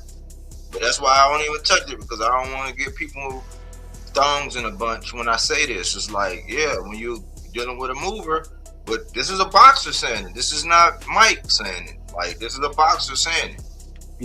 Emphasize doing something like that along the lines of that to make him uncomfortable. You don't want Boots to be comfortable. Once he starts doing all this slow motion shit and start popping your head up.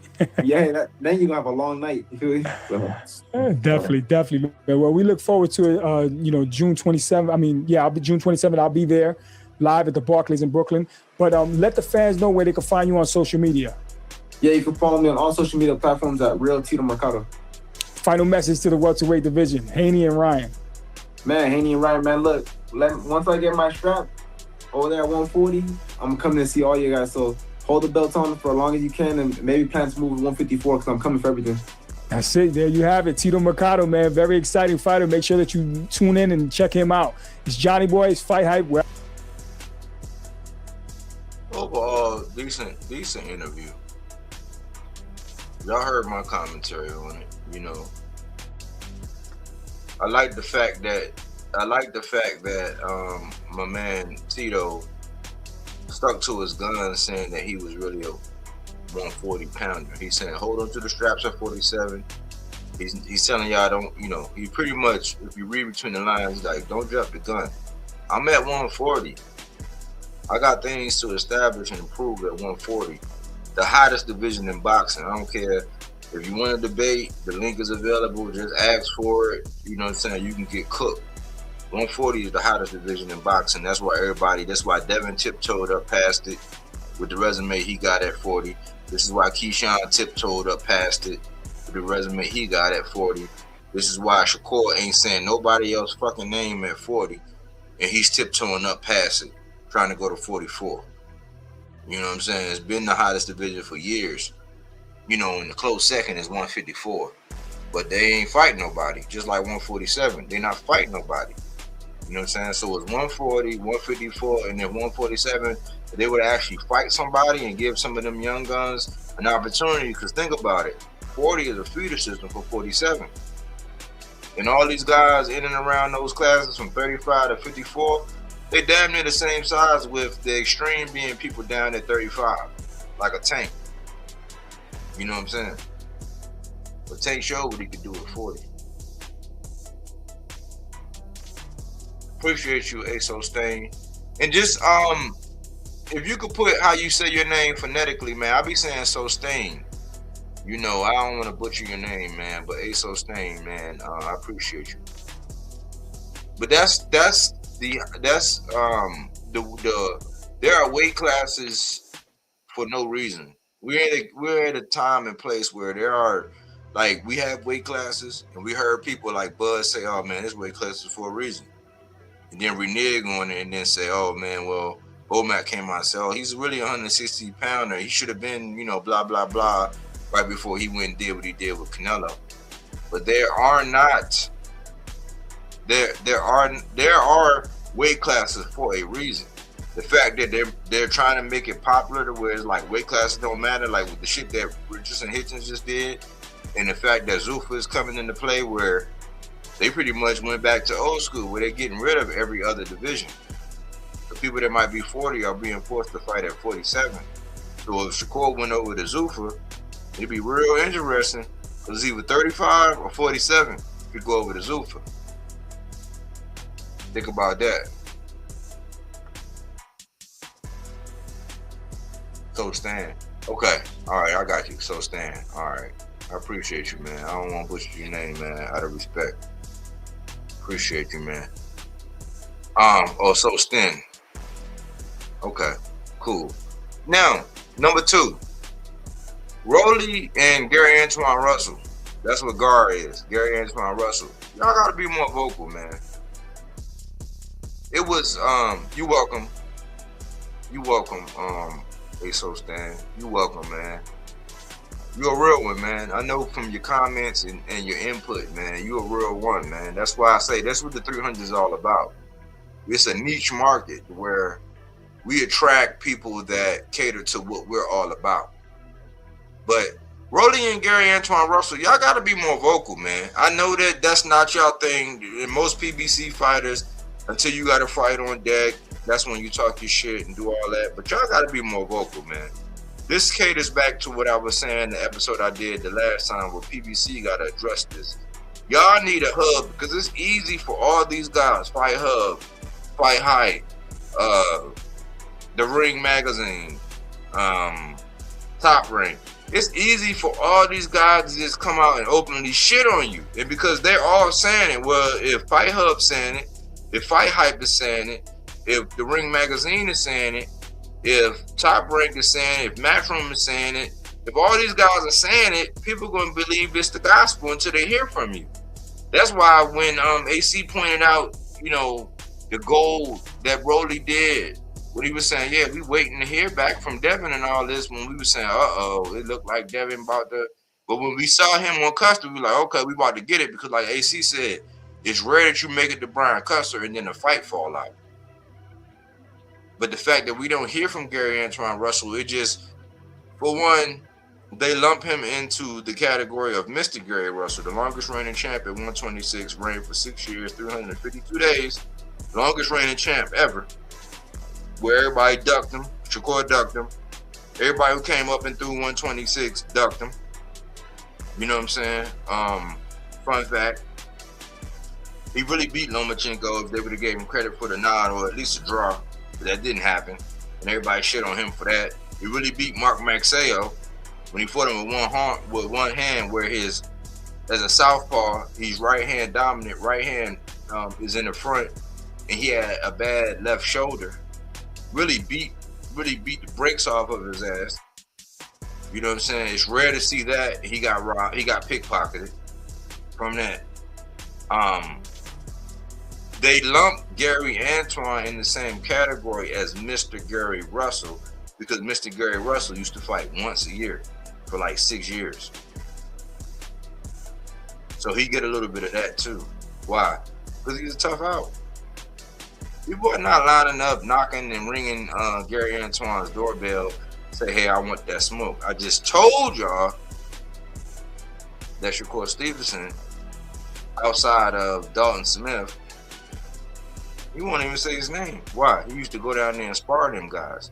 He used to come down to Capitol Heights and spar them guys. They got a history. Mr. Gary Russell. AC will tell you, Mr. Gary Russell said, all right, man, don't make me come down there. You know what I'm saying? But Rolly, we need to hear more from Rolly, man. The last thing I think I heard was that he was saying he would retire, but he get all this bullshit about how, he's avoiding his mandatory. But I'm like, hold on, that was Stanionis mandatory, that was Boots mandatory, Rolly inherited the mandatory. But all the talking media heads just put it all on Rolly like he's avoiding him. It's like, no, Rolly just came off of momentum from beating Ryan. So he wants to capitalize on that and get big fights. He sent the offer over to Devin, and Devin said the money was good, only to end the negotiation say, oh man, the money wasn't right. Well, how the fuck was the money good at first and then the money became bad? That shit was like a banana sitting in the windowsill in Arizona when it was 120 degrees outside and no AC. Just money just went bad. Like Dave Chappelle. I wish I had 2 more hands so I can get that 4 thumbs down. The fuck y'all talking about, man? Y'all gotta be more vocal, man. Why? Because PBC don't got a hub, man. They just shitting on Rolly. They shitting on Gary Antoine. Tito, a 140 pounder, know that that's the most dangerous guy in the division. He said, I question his power, but he's like, man, at least he come to fight and blah, blah. He fought a guy, Andy Hirioka, who nobody wants to fight. It was some jewels if you only open your ears and listen to what he had to say. But we don't hear from Gary Antoine. We don't even hear from Mr. Gary. But Rolly and Gary Antoine got to be more vocal.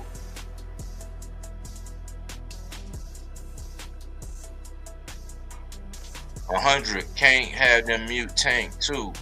He need to speak up a little more as well. Yeah, I just think that Tank, I think he's exhausted because, man, if they find out this nigga went to the bathroom, oh, look at him, man, he's falling off. He stubbed his toe on the edge of the bed. Like, yeah, man, he's a has-been now, man. I think his best days are behind him. It's like anything he say, they twist and ridicule it. You know what I'm saying? So I kind of understand why Tank don't do it as much, but I was saying it too. And me, you know what I'm saying, being in Baltimore, me, man, Coach Calvin, I've rolled by and seen Coach Calvin outside. I've seen Mia Killer B outside. I've seen, I don't know why I draw a blank. Coach Kenny. I've seen them outside. I ride by that strip all the time. Like, I can get to that strip right now. If I left my house right now, I'll be there in less than 12 minutes where that gym is. I've seen him outside, and I was like, man, out of respect for Coach Calvin, I don't want to just stop and bombard him because I love Coach Calvin, man. I look up to Coach Calvin so much, man, that I just like, man, I just respect this time. I just know that the mission that he got and all this, whatever. But like, they got a podcast to where they could mitigate a lot of this shit. Just having Tank on there every now and again, once a month, having Tank on there. Where it's regimented, where it's like, all right, we got you for 15 minutes, Tank. This is what we're going to address. Boom, boom, boom, boom, boom, boom. They don't do that. They don't do that, man. So I had to stop checking in with them too. And I always said, me as one of the biggest Tank fans out here in the world, it's like, it's nothing worse than being a Tank fan and then being amongst other Tank fans. They want to out Tank fan you. It's like, hold on, we on the same team, bro. Like, why are you shitting on me? That's like some dog eat dog shit. So I kind of understand why we don't hear from Tank as much, but they do have the Rise podcast, and they could mitigate a lot of this shit. They could nip a lot of this shit in the bud. They just don't do it. They'd rather default and say, oh man, I heard from KO. It's like, why are we hearing from KO, a nigga that's getting information off the internet, that's sitting around being nosy and poking his nose in the other shit, like to get the information that anybody can get, but they sat around and just got the information. Like, why do we default to him for it? When y'all got a whole channel. But see, coming from me, it seemed like, oh, you in Baltimore, how you gonna hate against your brother, man, and the other man, they got more respect. It's like, no, it's common sense.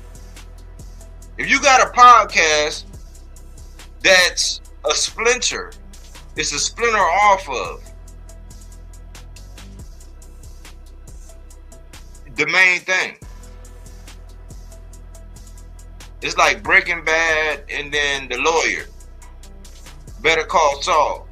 So you're the Better Call Saul off of Breaking Bad. So Tank is Breaking Bad and y'all the Better Call Saul. But we gotta get breaking news from KO Boxing and Fanon. Make that make sense. That don't make no sense. Why? Because all they do is sit around and get the same thing that anybody else want to put that information out. They do the same thing. Like if I really wanted to, which I don't because I'm a big Tank fan, I don't want people to think I'm biased, so I don't do that. I'm just waiting for him to get legitimate news and then report on it. So we could hear from Tank more often, but it should be done over there on the Rise, where they once a month they have Tank come in, or they Skype or Zoom or however you want to do it, and you be like, hey man, look Tank man, check in with your people. But Tank is so used to just giving back and making it make sense where it really counts as far as like helping people in the community and like putting on boxes from the area and giving them their limelight. He's too humble to do that, but that's the light that people don't really see Tank in. Tank is a very humble person. He's just an animal in the ring. Number 3, man, and the last one, man, in the housekeeping. Iglesias and Adames is in advanced talks for September. Nothing but fire, and I got my fingers crossed. Why? Because Adames grew on me, man. Hamza Shiraz is one of my guys. I thought he was going to wipe the floor with Adames. Adames actually won that fight. They got a draw. Turkey put his hands in it. And Adames, he did what he did to Ammo here recently. And he's moving up to fight somebody that a lot of people are figuring out creative ways not to get in the ring with him. But for him to go up to 168, because I thought he was saying, man, I'll go up or go down. I said, oh man, I wanted him to go down. I wanted Adames to go down. I'm like, man, if you can make the weight, I want him to go down. Why? Because his skill set, he's the closest thing to what Canelo Alvarez had been with that upper body movement, and then he got more sustainable power. And I'm not sure if it was the fight with a nice boxer in Julian J. Rock Williams. I don't know what happened with Julian J. Rock. I think the money, he got enough money and then whatever. But like after that fight, because Julian J. Rock Williams, he had flashes of brilliance against Adames. I was like, man, if you would have did that shit in the first 3 rounds and you was active and you know what I'm saying, he might have got. But I think that gave the boxer that Julian J. Rock Williams is, because he put on one of the best demonstrations against Jared Hurd, who, even though I'm from the DMV area, Jared Hurd used to play defense with his face. I think that fight did a lot for him, man. I think that fight matured him in ways that he didn't really see. But going up against a boxer like Julian J. Rock, I think after that, he put enough shit in his rucksack to it's like, okay, I got this. I got some shit I can work on. I think once he mastered that with that upper mobility and then the power, because I used to think that, man, all you got to do is avoid the right hand. I was like, all he going to try to do is pivot around and battle you with that right hand, but he added wrinkles to his game. So for him to go up to 168 and fight somebody like Iglesias, who's a knockout artist, I don't like his stance. I don't like Iglesias' stance, but I think that's because of how he's built. He's kind of tall, a little bit wiry, a little bit hunchback, a little bit. I think it's more of the optics than anything, but Iglesias is a dangerous dude. But I love the energy of Adames. He's not pussyfooting around. He's not telling Iglesias, let's meet at the catch weight, and I want you to have one hand tied behind your back, and we gotta use winning gloves wrapped in, no, he's not doing all that. He's going straight up for the smoke. So let's keep our fingers crossed that we actually get to see Adames and Iglesias. That's a fight. That's a fight, because I'm thinking, man, maybe Adames might not have the power that he need to have, because he had rumors of sparring with Bud, just like Brian Norman had rumors of sparring with Bud, prior to them really blowing up. But to see them get in the ring and get it on at 168 when Adames said, hey, I can move up or move down. That's the same thing Gary Antoine Russell was saying. He said, look, I can go down to 35 or I can go up to 47. The track record with him beating Boots more times than the amateurs. You know what I'm saying? He just had his number. But I like that fight, man. I got my fingers crossed. So Stan, you think that would be a good fight too? Yeah. Like mine's, man. But AC, that's the housekeeping, bro. I know it's a long housekeeping. We had a rant, housekeeping, and all that, but it just it's all gravy, man. It's all gravy. Yeah. I'm gonna start with Adames versus Iglesias. I really like that fight. That's the type of fight that's going, I believe, is going to set the Latin market on fire. You know what I'm saying? Because while you know we were spotlighting people like Hamza Shiraz and Diego Pacheco, the hardcores in the Latin community were like, nah, it's not. It's all about Iglesias. It's all about Iglesias. Oslo Iglesias. Y'all gotta know who he is. And it was because of them I actually started looking at him, and I was like, oh, he's got some stuff with him. But my only issue with Iglesias was he just need to be polished more.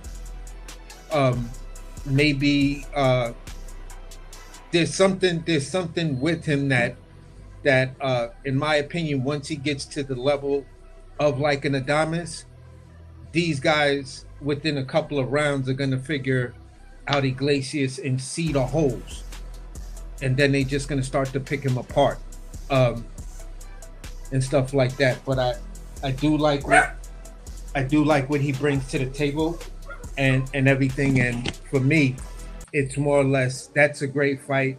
I'm gonna keep it a bean right now. I'm leaning heavily towards Adames, picking them apart unless Adames ages, with the as he's walking to the ring. But right now, as it stands, I'm a heavy favorite on Adames and stuff like that. As far as Rolly and Gary Antoine Russell,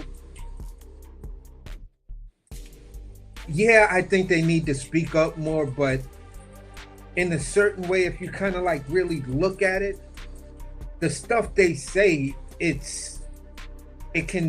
just fits. If anybody was gonna hindsight anything that these two fighters say, their shit just keeps aging. You know what I'm saying? Rolly, after he made that turn, he just sees the industry different. He sees other fighters differently. He just understands the game. You know what I'm saying? When it comes down to Gary Antoine Russell, when he was in Vegas and stuff like that, or for that big Vegas show, everything he said was like, wow. But nobody wanted to have any reactionary videos to it. No, and that was the issue. It's like the voices don't want to have reactionary videos to, and I'm going to include one more fighter. Rolly, Gary Antoine Russell, and O'Shaquie Foster. If you have reactionary videos like that between all of these content creators, they don't need to say nothing, because people are like, yeah, these are the voices we need to be hearing from. So it's a weird spot. To me, in a certain sense, I think they're doing enough. You know what I'm saying? But nobody wants to cover them in a way that is giving them shine, because O'Shaquie just did pretty much 2 interviews, basically within a 2 solid interviews within a 30-day time span. And that, it might be a little bit more, 45 days. And both of those significant interviews were with Brian Custer. Brian Custer was so impressed with this dude that he said, yo, I got to do a follow-up with this guy. He's just that amazing. And again, when Brian Custer is rocking with you there. You pretty much there. You just got to go out and just do your job after that. You know what I'm saying? Some guys get it, some guys don't. Some guys will sit in front of Brian Custer, talk all kind of raggedy shit, and then, get ragdolled in the ring. But then you got dudes like O'Shaquie Foster that got Brian Custer like, yo, you funny as hell, man. Yo, I listen, I'm so proud of you. Listen, we need to do a documentary about you. And that's the thing. It's like, come on, nobody's going to do a reactionary video on Brian Custer telling him, and the legacy of Brian Custer's name in legacy media, and saying, yeah, somebody needs to do a documentary about you. Did I ever hear him say that about Crawford, Shakur, Devin Haney, Keyshawn Davis? No, I did not. But he's so impressed with O'Shaquie Foster's story. He's so impressed with the aura of O'Shaquie Foster, his performance, everything. And for people like Gary Antoine Russell, yeah, that's another guy that you could do a documentary on his story. Same thing with Rolly. So here it is, three guys that if the media just took just that 15 minutes, it'll be more than 15 minutes of fame for these guys. The media will and the fans will be like, yeah, these guys are stars. There are people who already know it. All them Shakur fans out there, they already know. They already know that, Oshaki Foster is there now. Devin Haney fans, y'all already know Rolly is there now. Because here it is. The two so-called darlings. But we got back-to-back instances. I mean, he did it and then he did it. Of them ducking real smoke. Like the kind of smoke that gives you legacy. You did this, then you did that, then you fought this guy. Yeah, that's how you make your run. And these guys fell short. I'll go into this one right here. When it comes down to these guys having a voice,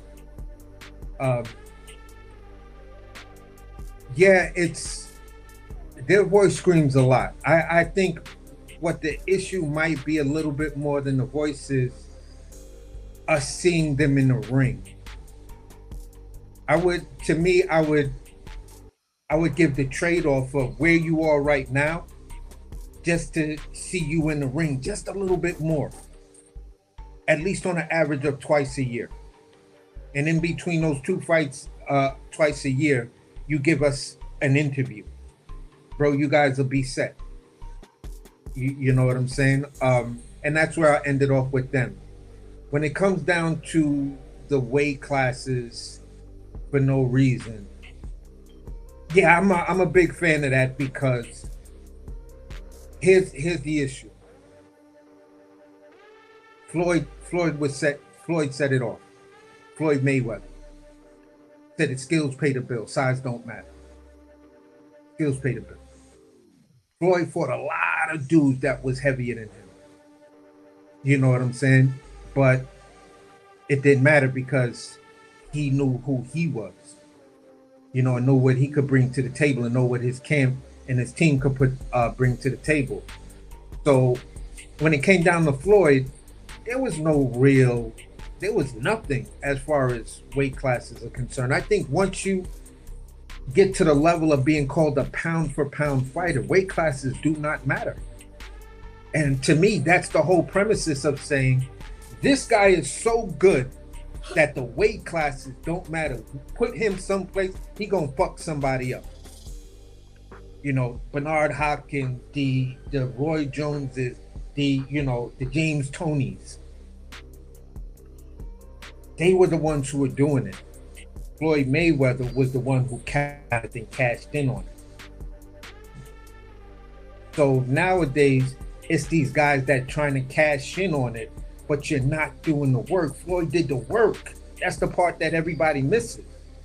Right. It's like when they have that saying, the object is get hit and don't get hit. Yeah, but you forgetting the other part of it. What was that? Oh, I guess you never really heard the whole statement then. No, what are you talking about? Make him pay. Get hit, don't get hit, and make him pay. That's the statement, right? So when it comes down to the weight classes for no reason, yeah, there's plenty of fighters that can fit that bill. But when you showed this interview with Tito Mercado and Fight Hype, I'm listening to it and I'm listening carefully and stuff like that. And if we're talking a missed opportunity and stuff like that, I can pretty much say I really didn't learn anything new about Tito Mercado. That was a wasted interview with Tito Mercado, in my opinion, because you just wanted Tito to come up there so you can continue with your agenda in trying to justify the fight between Shakur and Devin Haney on the low. Because if you're following the questions all the questions are circling around 147. He's a 140-pound fighter Right. that hasn't even got a belt yet. Exactly. But you want him to give his take on 147, which he shouldn't even be thinking about right now, unless he's planning on moving up. You know, so for me, it's like, okay, why were you there? What is your agenda? And your agenda is to spotlight 147-pound division, these two fighters, and then you want to spotlight 154 and these couple of fighters. And you needed a young fighter who has a pretty good take on the sport, and you wanted him to co-sign, be your co-host. You feel what I'm saying? You fucking AC'd Tito Mercado. Because I'm the co-host here, and he was just your co-host for that moment. And that's some bullshit right there, because at the end of the day, I would have been more interested in finding out what Tito Mercado is really doing and when is his next fight. And, you know, just like Brian Custard asked Oshaki, in a perfect world, if you were your own promoter, who would be the 3 fights you want at 140? I'm not going to ask you shit about 147. At 140, who do you want to fight? You feel what I'm saying? What's your path to becoming a champion at 140? Because I think you got the skill set to get there. You know, there's some politics there because you got some really big names and stuff like that. You need your breakout fight, and then you need to go in your championship run. So for you, I could see it probably being a 3, maybe 4 fight deal. How do we get Tito Mercado to a belt? Those are the type of questions I would have been asking Tito Mercado. So, you know, it builds up the Tito Mercado brand. I didn't give a shit to hear Tito Mercado break down 147. That's irrelevant to me. Completely irrelevant. I don't give a fuck what his opinion is about any fighter at 147. Because he's at 140 and he needs to get a belt before he thinks about doing anything. And he has the talent to do it. So why the fuck are you wasting his time, your time, the fans' time, everybody's time who's gonna watch this video, do a reactionary to this video or break this video down, when at the end of the day, you asked them general questions about 140 and nothing that we can sink our teeth into and say, yeah, Fight Hype did their thing with this interview. Overall, a personality and, you know, get a little laughs and chuckles and stuff like that, because unless you're a Tito Mercado fan, there was really nothing there for you. If I just fell out of a plane or landed on a spaceship right now and turned on YouTube, happened to come across Bodyworks, joined and looking at this video, I would be saying to myself, okay, who is Tito Mercado? He's somebody that could be something. I don't know why they're talking about him, about that weight class when he's over here. Okay, all right, yeah, all right. The guy talks his shit. He believes in what he says. He's got confidence. Okay, next guy. I would have walked away from that, and Tito Mercado would have probably been an afterthought in my mind, as far as looking at boxing fans and stuff like that, because I didn't get anything tangible from him. And there are tangible things that are going on at the 140-pound division that Tito Mercado could be a part of. He could be vocal about. You know what I'm saying? Like, if I really wanted to break something out and say, yeah, I'm really that guy, and shit like that, and really try to say I'm ready to let my balls hang, I might have said some wild shit and tried to attach my name to Andy Hirioka. Yeah, if Hirioka stand down at 47, that's a guy I would like to see. He just fought at the championship level, and I'm looking to prove myself. You know? I'm looking to prove myself. So I know if I beat a guy like Andy Hirioka, that definitely puts the spotlight on me. And hey, listen, Tito, whether or not the fight get made or whatever, you're a young dude. This is what you're supposed to do at this point. You're supposed to try to attach your young name to a great fighter and then build off of that, but be strategic about it. Don't clout chase. Yeah, I just attached my name because I think he's one of the best guys in the division, and he's a guy I would love to be able to fight someday. Realistically, can I fight Andy Hirioka now? I don't know. I would be leaning probably not, because he just had that big fight with Gary Russell. But at the end of the day, that's a guy that I would love to get in the ring and mix it up with to make my name off and make a statement off of. And that's how you do that. But this fucking dude was so into Devin and Shakur and fucking Jerron that you just missed all the opportunities to really talk to the young contender, prospect, whatever the fuck we want to call him these days. But that's pretty much it, bro. I'll land it right there. Okay. Well, I'll say this. That's the case in point. You got Tito right there. It's all this open real estate with everybody at 40, right? But the case in point is that you're doing an interview with Tito. You're not doing an interview with Gary Antoine. And I missed my initial point, one of my points, where he pretty much said, when they said Gary Antoine, he's like, yeah, one of the lower names, or not one of the real names at 140. I forgot how he worded it, but I'm like, how was Gary Antoine not one of the real names at 140? He's the most dangerous guy at 140 since Sabril got knocked off.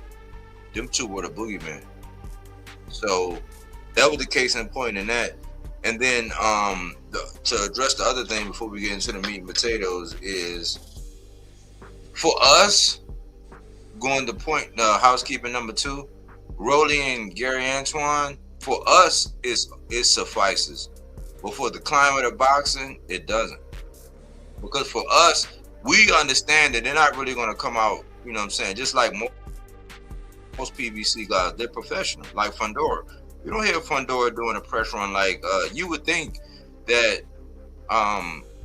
Keyshawn was more accomplished than Fundora. Why? Because he's everywhere doing everything. But you don't hear these guys until they have a fight announced. And for us, yes, we understand that, yeah, when they got a fight, they don't come out and talk their stuff, and, you know, they're going to do whatever they're going to make their takes. They're going to have their takes and their sound bites that people are going to run with or react to or whatever to build up their fights. But for the climate right now, see what Shakur understands, what Keyshawn understands, what Bill Haney understands, not Devin, but Bill Haney, is that in the grand scheme of things, as far as what's moving the needle and what's dictating, who they're going to put the money behind, and this is a clever strategy from Bill, is that once you get the people talking and debating and keeping your name relevant, because ain't shit happen, just a whole bunch of broken promises, a whole bunch of benefit of the doubts. But like for where they are, it goes back into that last episode I did about PBC and how they need to address it. But more specifically, people shit and they deny, they overlook, they diminish, what these guys are in the divisions that they at. And these two are the guys that where it's like, okay, well shit, if you can't get the marquee guy, which right now is Shakur at 40, if you can't get the marquee guy, which is Devin at 47, then shit, if Ryan locked up, then it would be Rolly. If you can't get Shakur, the more dangerous guy, if you was able to do something that Hirioka wasn't able to do, it would be Gary Antoine Russell. So the fact that they're not saying anything, it just allows them to get passed by the wayside until they make an announcement. And I seen, after you said what you said the other day, I did see something where another channel came out and said that, Gary Antoine is in talks with Cruz, but it's not, with Cruz being Hispanic and him not really speaking no English, like, we're going to be subject to the same thing we were just subjected to when we came across Roach and Zepeda. Once it gets announced, but it hasn't been announced, and there's no presence from these guys. So with the climate of boxing, I just believe that they got to say a little bit more. They got to be like, hey, man, I got something to say. Hey, man, yeah. Shakur, man, he ain't never said my name. Like, right now is the time to where shit. If everybody else get the benefit of the doubt and they get to talk spicy with the thing that these guys been through and the track record they have the right to be able to talk spicy about any one of them niggas in their division. Why? Because Shakur's getting a pass for everybody at 40. Keyshawn talking about going to 47 and fighting the champion. And if Shakur takes his fight with Devin and he gets Devin to go down to 44, you up Shit's Creek without a paddle. So why not, Rolly, say, hey, man, Keyshawn, I'll beat shit down your leg. Why you don't ever say my name, bitch? That's what I'll be saying. You a bitch. Why you ain't saying my name, bitch? That's what I would be saying. You know what I'm saying? Right now, it might be uncharacteristic with you being, you know, mature now. You mature, Rolly. You're more mature than Clarissa Shields. You saying she could beat Keith Thurman and Rolly. You should get knocked the fuck out by either one of them. Don't let the smooth taste fool you. That's what I would be saying. But they're not saying that. And there's no presence. Why? Because people just shit on. I hear so much shit, and it makes it appear as though I'm PBC gangbanging. But I hear so much shit around Rolly. I'm just like, man, and it triggers me. Like, I hear so much shit about Rolly. I hear so much shit about Gary Antoine. I hear so much shit about Tank. And I'm like, man, where are y'all, man? Address this shit. So at least we have something. But right now, we just, all they do is, oh, man, you just a PBC fanboy. It's like, no, but like the track record shows, like, why aren't y'all? Because when y'all confident about something, you'll chase a nigga for 2 years. A la Shakur and Zepeda. A la Shakur wanting Cordina coming off of a knockout loss. A la Shakur taking Padley, who just barely escaped by the skin of his teeth this past weekend. They advocate that shit. But because Gary Antoine ain't saying nothing, because Rolly ain't saying nothing, because Tank ain't saying nothing, David Benavidez, he barely says something. He says enough. He says more than these other guys, but he ain't even saying enough shit to let this shit go by. That's why I did the episode the other day about how PBC needs somebody. Y'all gotta pay somebody. I ain't even gonna charge you, but y'all gotta give me the tools and the things. You know what I'm saying? Y'all got to commission somebody to stand in the gap to stop this bullshit, because AC, I always credit AC. He opened up my mind. I used to always say, man, he says perception is reality. And I bought into that because it makes sense, because how they perceive you, just like everybody just head over heels for this 144. They act like it's a done deal. Just like they act like Conor Ben and Ryan is a done deal. We ain't got shit in concrete, but this is the day we living in. So the perception is that y'all not saying nothing, people could say anything about you.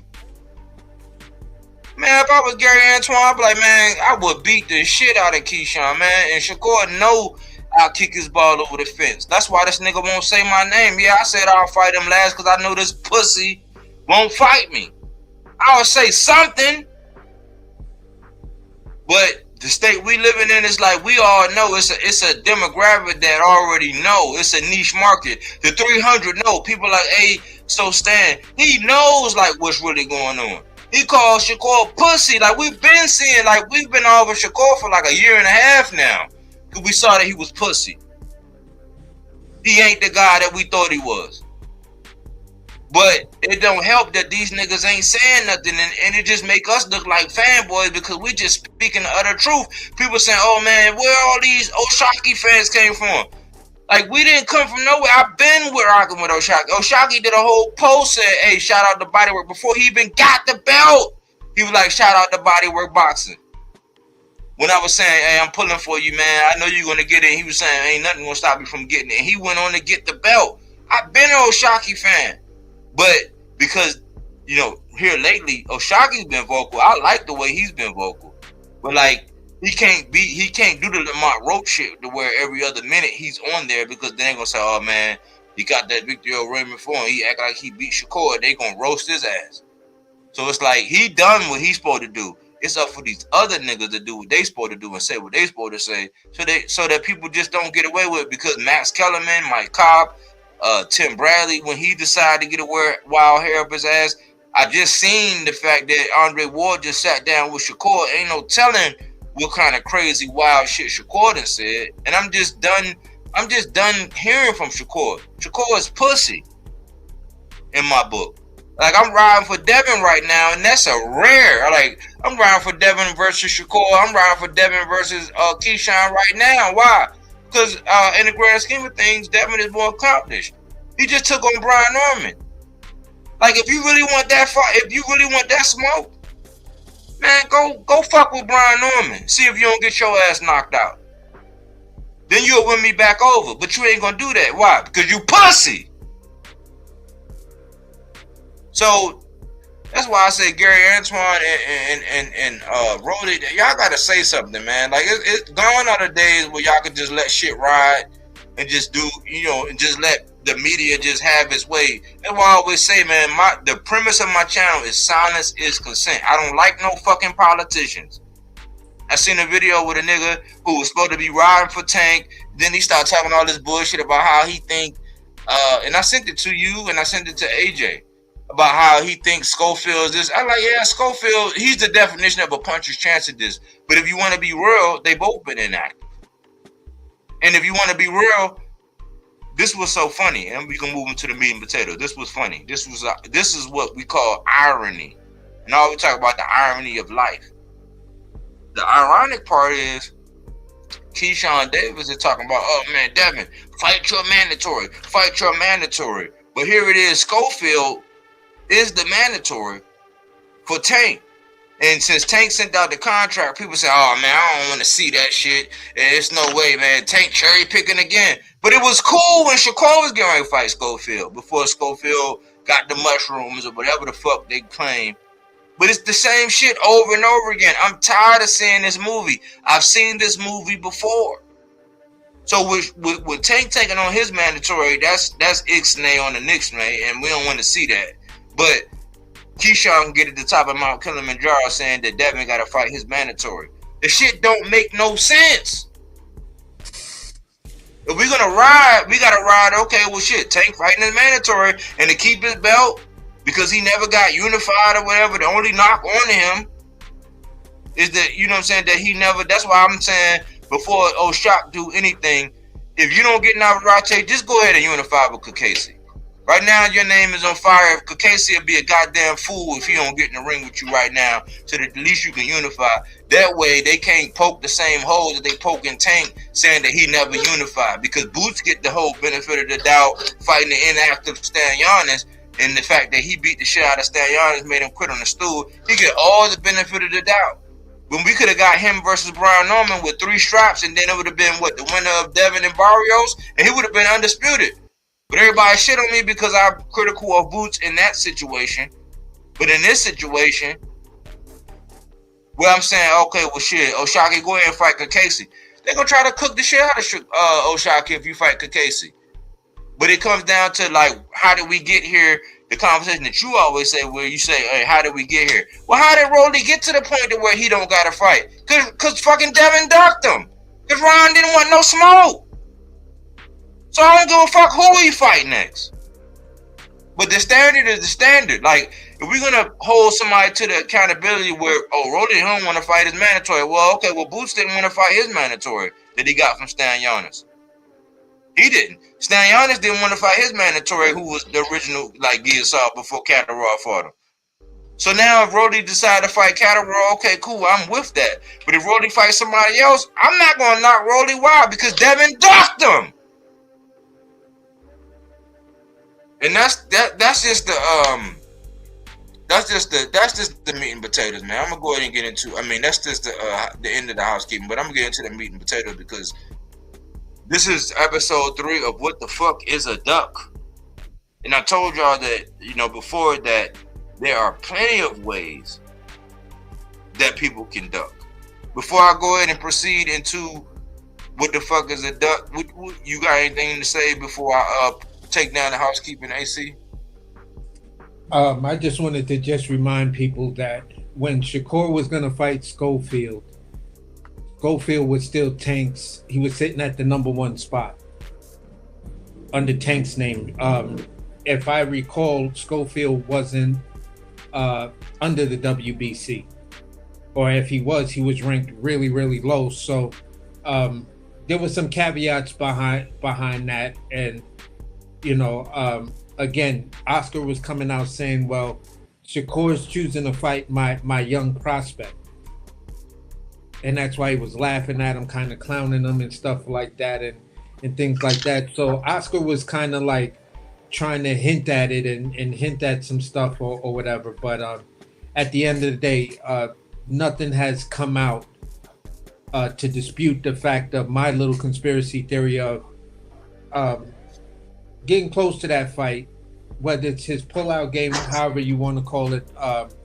I just believe a tap on the shoulder happened, and he got some money, and he got some promises, because right after that he gets Tevin Farmer, and he gets these other big names, and if it was what it was, then he wouldn't have got that.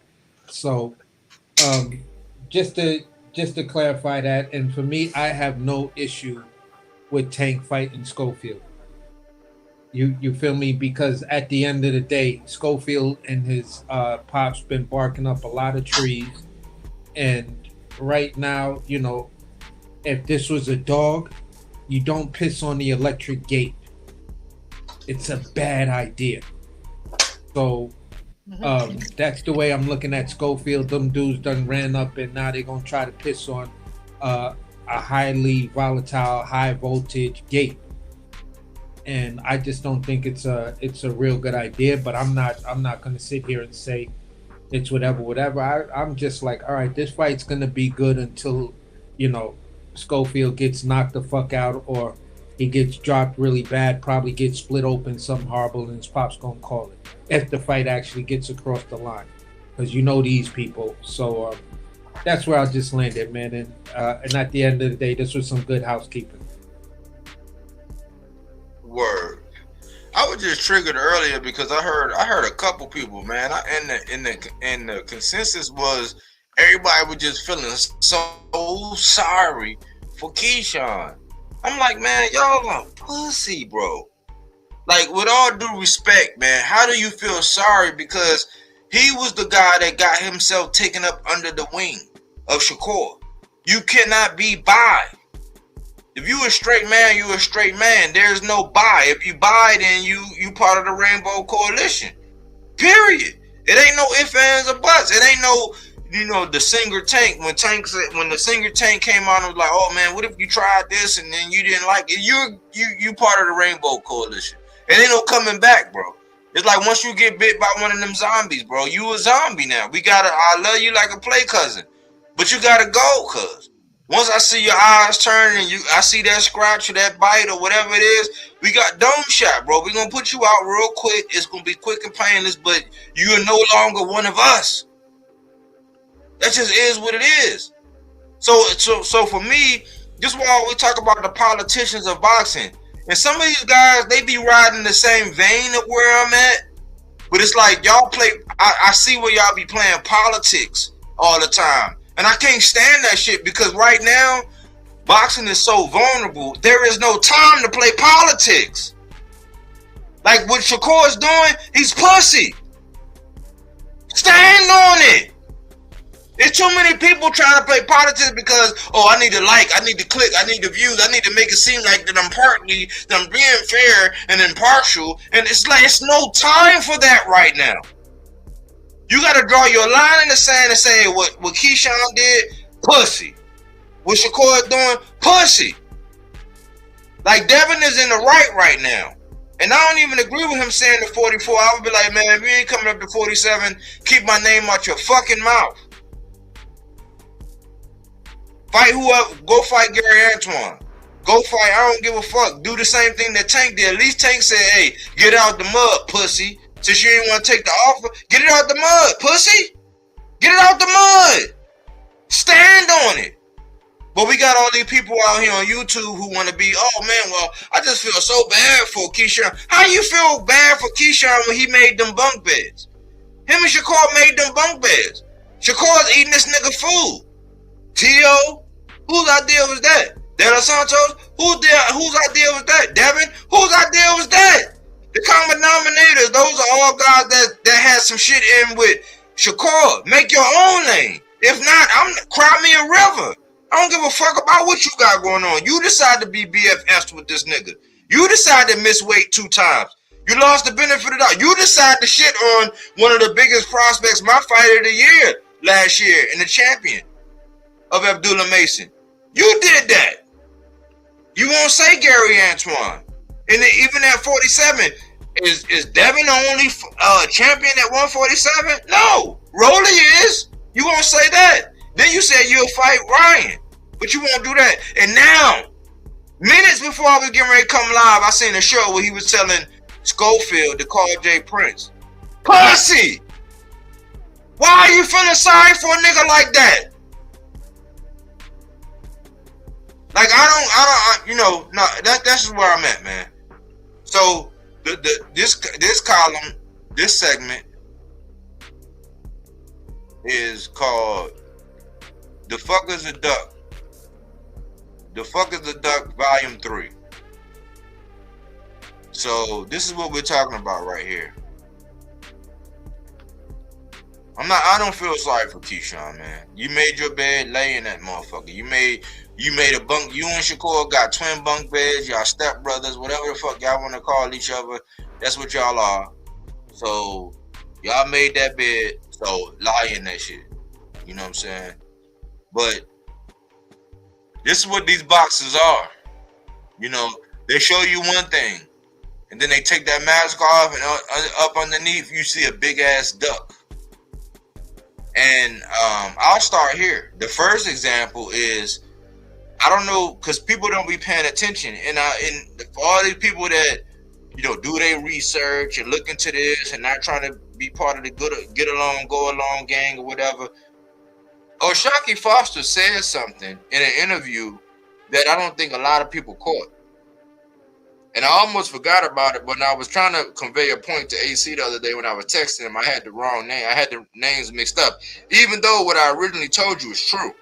I just gotta go back and figure out how I can confirm that that's true. But I know it's true because it's locked in the memory bank about Shakur and Morataya. That wasn't it. The duck was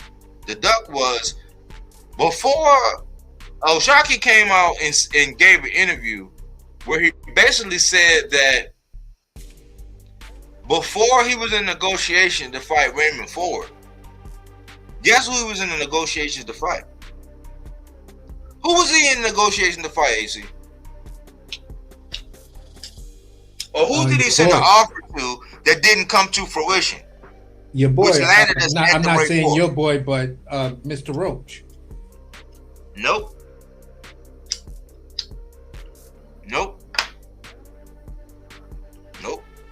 It wasn't Roach. I thought he said it was Roach. He was trying to fight. Wait. Was it?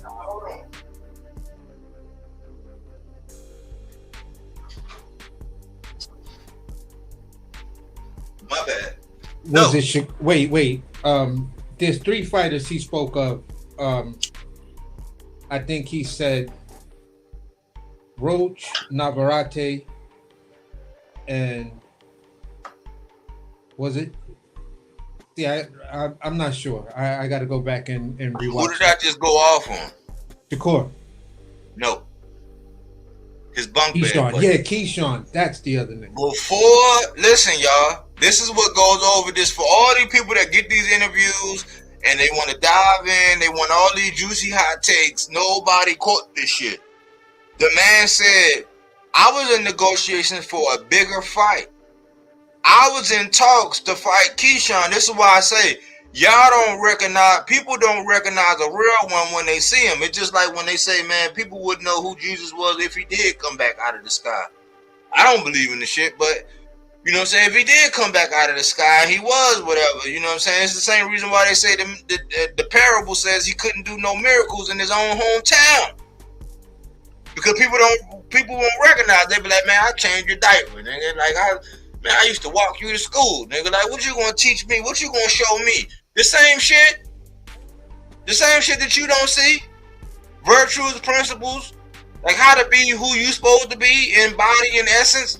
The man said he was in negotiations and he was in talks with Keyshawn. Everybody let Keyshawn just get away with this shit. That didn't happen. I'm like, I wonder why that didn't happen. Because I told y'all before, yes, Jermaine Ortiz was a technician, but Jermaine Ortiz didn't fight in the way that he normally fights, just like T.O. didn't fight in the way he normally fights. This is why I don't trust no Jay Prince opposition. So think about it. Go back and look at that Brian Custer interview and listen to what O'Shaquie said. Prior to him agreeing with Ray Ford, he was in talks with Keyshawn. Why wouldn't Keyshawn, the big dog, the second heir, the nigga under the armpit of Shakur, not go ahead and wipe out O'Shaquie? Because he has a problem with the skilled boxer. And they know something. This is the same reason why Shakur stand away from him. Is the same reason why Keyshawn, until he really, you know what I'm saying, like get his head up out of the sand, like them birds who put their head down in the sand and act like bullets ain't flying around, until he get his head up out of the sand and we go ahead into the Creed 3, which I think is we on the verge of, because now he's about to start connecting dots. Like, hold on, how come every time I got a fight, you taking my fight, or you taking the guy that's spoke, and then I'm put in front of the guys who that's really your smoke, and I'm not really carving my own lane. I'm really in your shadows. Keyshawn gonna wake up and snap, and since he's a crash out, it's gonna be real bad, real ugly. This shit gonna go like it's gonna look like domestic violence, to where it's like, yeah, y'all happy and y'all making love to, you know what I'm saying, just like these shows, to where it's like, oh well, on July 19th, you know, police responded to a call. It's gonna be like that. When you finally wake up and smell, you know what I'm saying, what's really cooking. O'Shaquie said he was in negotiations with Keyshawn. For whatever reason, he didn't elaborate on it. That didn't work. And that's how he got with Raymond Ford. People never peeped that. O'Shaquie has a history of already being up at 140. He went up there and fought. So for people saying, oh man, he's too small, he can't do this, he can't do that, he's already done it. And technically, because we seen the optics in the ring, but technically, O'Shaquie is either an inch taller or the exact same height as Shakur, and he has a longer reach. So the optical illusion that y'all saw when he got in the ring, because Shakur was not in fight shape, right? He was in his walk around weight, and he had on puffy shoes. Ray Ford O'Shaquie even alluded to the fact that he had on like the Jordan 4s, which got the fat soles and all that. So it's an optical illusion. And height don't fight. Salute to Coach Kenny. Height don't fight anyway. So even if O'Shaquie wasn't taller than Shakur, which he is, either they same height or he's an inch taller. Even though height don't fight, he still got the reach, and he's ambidextrous. But people just jump to, oh man, you just look at him. He was so much bigger. It's like all these boxing heads, all these people that's supposed to know all this shit about boxing, just jump to a conclusion based on what they saw in the ring. But what happened with the Keyshawn and O'Shaquie? And then, since we in the vein of what the fuck is a duck, because I've been on this, and this is the history of this. This is episode 1. This is episode 1 right here. If y'all want to go back and look at it. So O'Shaquie was looking at Shakur. Shakur put Raymond Ford. That's why Raymond Ford is at the very end. Keyshawn is side by side with Shakur. But Keyshawn and Richardson Hitchens, they don't get along. Remember, when Richardson Hitchens beat Kambosos, he wanted Tio. He had Tio get in the ring. That's why getting in the ring don't mean shit. He stopped Kambosos to the body. He said, I want Tio. Tio was at the fight. Tio got in the ring. And there was even a record of Turkey Sugar Daddy Sheik kissed the nipple ring, not me, but y'all, was basically saying that they was going to fight at Alcatraz. It was going to be Richardson Hitchens and Tio at Alcatraz. People try to gaslight me, and I say, listen, you can't gaslight me, I'm already lit. But Richardson Hitchens had Tio in the ring after he stopped Kambosos. Why is that relevant? Why? Because Kambosos beat Tio. Hitchens stopped Kambosos to the body. He said, I want Tio next. And then he said, fuck the Haneys. There was nobody else on this menu. Right after that, you know what everybody said? Oh man, he got to fight Gary Antoine Russell. He called out T.O. He had T.O. in the ring. It would have made sense. And then he said, fuck Devin Haney. Why? Because for years, Richardson Hitchens had been calling out Devin Haney. But because of the clout and media and all this other bullshit, nobody gave Richardson Hitchens no shot. Even though they say the same side of the different coin, except for Richardson Hitchens is more coordinated. He does more body work. Devin Haney, his inside game might be a little bit better. So we don't know who will win. I don't know who will win between Richardson Hitchens and Devin Haney, but if I had to bet, I would say Richardson Hitchens. Why? He's a better pure boxer. He don't do all that clinching and holding.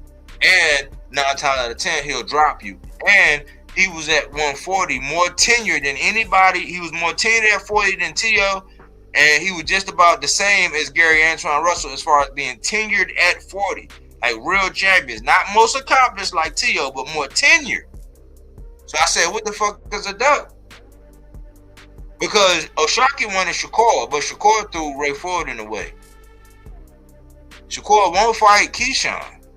Keyshawn and Richardson Hitchens had something going on, and because it was almost like the new girlfriend being jealous of the old girlfriend or some shit, because Richardson Hitchens and Shakur had a relationship, and Richardson Hitchens and Tank had a relationship too.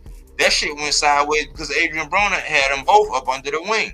But Richardson Hitchens, he didn't mind getting in the ring with Keyshawn. He didn't mind getting in the ring with Devin Haney. Both of them niggas, Richardson Hitchens and Keyshawn, had me looking at them sideways because they both said that the money ain't make sense. I'm like, but that's a big fight. I understand from Richardson Hitchens because he don't get the benefit of Keyshawn or Shakur in that BFF program, because Tim Bradley never said nothing favorable about Richardson Hitchens. Andre Ward never said nothing about Richardson Hitchens. Richardson Hitchens survived TMT. He had to get out of the mud. Eddie bet on him. And when he beat Kambosos, he came out of pocket and was like, he's a free agent. And Eddie thought that he bit the hand that fed him. But what did Shakur do? He gave motherfucking his BFF, his bunk bed buddy, Keyshawn, the fucking Jermaine Ortiz fight. Well, Jermaine Ortiz was supposed to fight Richardson Hitchens. He said he didn't even know. So the other thing I be bringing up is that it wasn't the most egregious short notice fight, but Jermaine Ortiz fighting Keyshawn was a short notice fight. Why? Because they were on deck to fight. Jermaine Ortiz, I'm speaking of, was on deck to fight Richardson Hitchens. So not only was Jermaine Ortiz a guy that had a signed contract with Shakur, but he was scheduled to fight Richardson Hitchens. But with it being Shakur's whole ordeal, he gave that fight to his BFF, Keyshawn, to fight Jermaine Ortiz. Short notice. And then he took T.O., who had a history with Keyshawn. Why? Because Keyshawn and his camp beat up Teofimo Lopez Sr. And they have the whole top rank thing to where Teofimo was sitting up there doing the little thing he do. He act like he reading books, Confucius and all this, the Art of War and all this or whatever. And T.O. is like, man, listen, man, don't talk about that, man. Like, calm down, don't say nothing, blah blah blah. But they had already had a history. But so Shakur gets T.O. He takes the fight from Richardson Hitchens and gives it to his BFF, Keyshawn. That was episode 1 when I was saying, what the fuck is the duck? Why? Because O'Shaquie wanted you, Shakur. He didn't want Ray Ford. But then he pushed Ray Ford out in the mix. He puts him into the equation. It brought me up to this.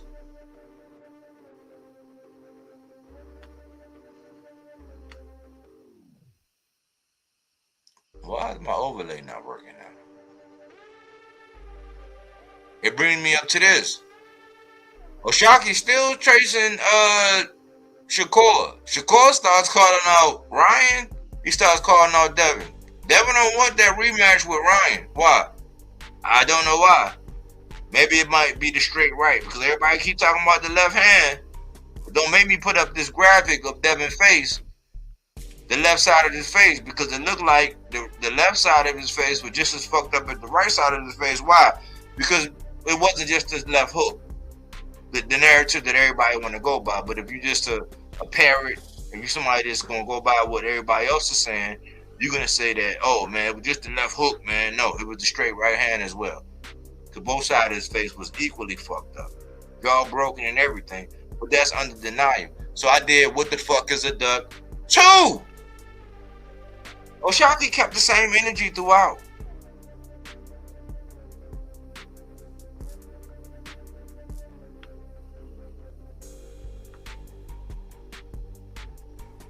We arrive here. The fuck is a duck? Mike, why do you have Shakur, Keyshawn, Morataya, Lamont Roach, and O'Shaquie Foster? Mike, if you listen, I'm going to tell you, right? Shakur and Keyshawn, they're never going to fight. I don't even want to see that shit. There's going to be no aggression until Keyshawn snap and do something real disrespectful. We're not going to see it. And until Keyshawn snap and he starts smelling the roses and say, man, you know what? Fuck you, Shakur, because if you was really my brother, you wouldn't be taking my fights. You wouldn't be putting me in front of everybody that you got beef with or having me run, you know, circles around and you know what I'm saying, and jumping in front of the grenades that people are throwing at you. You'll be looking out for me, and we'll both be on some Ghosts of the Darkness where we two Roman lions taking out everybody side by side. Y'all not doing that. So we're never going to see that. But guess what? Shakur Stevenson waited until O'Shaquie Foster agreed. Now, remember, I just told y'all O'Shaquie was in agreement, was in negotiations with Keyshawn. For whatever reason, that didn't work. Because he said I had a bigger fight, a better fight.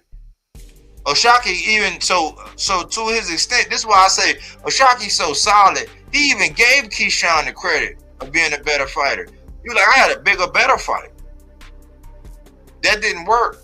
So that's why I say, hey, look, this is the next best thing. I might as well do it because of what Shakur said. So he took on Ray Ford. Shakur said, hey, listen, he won't even get a shot at me unless he fights you, little Ray Ray. So go ahead and get that work. He didn't think O'Shaquie was going to call his bluff. O'Shaquie was like, all right, well, shit, I got to take out little Ray Ray. That's when I came out with the whole thumbnail about Ray Ray goes to school.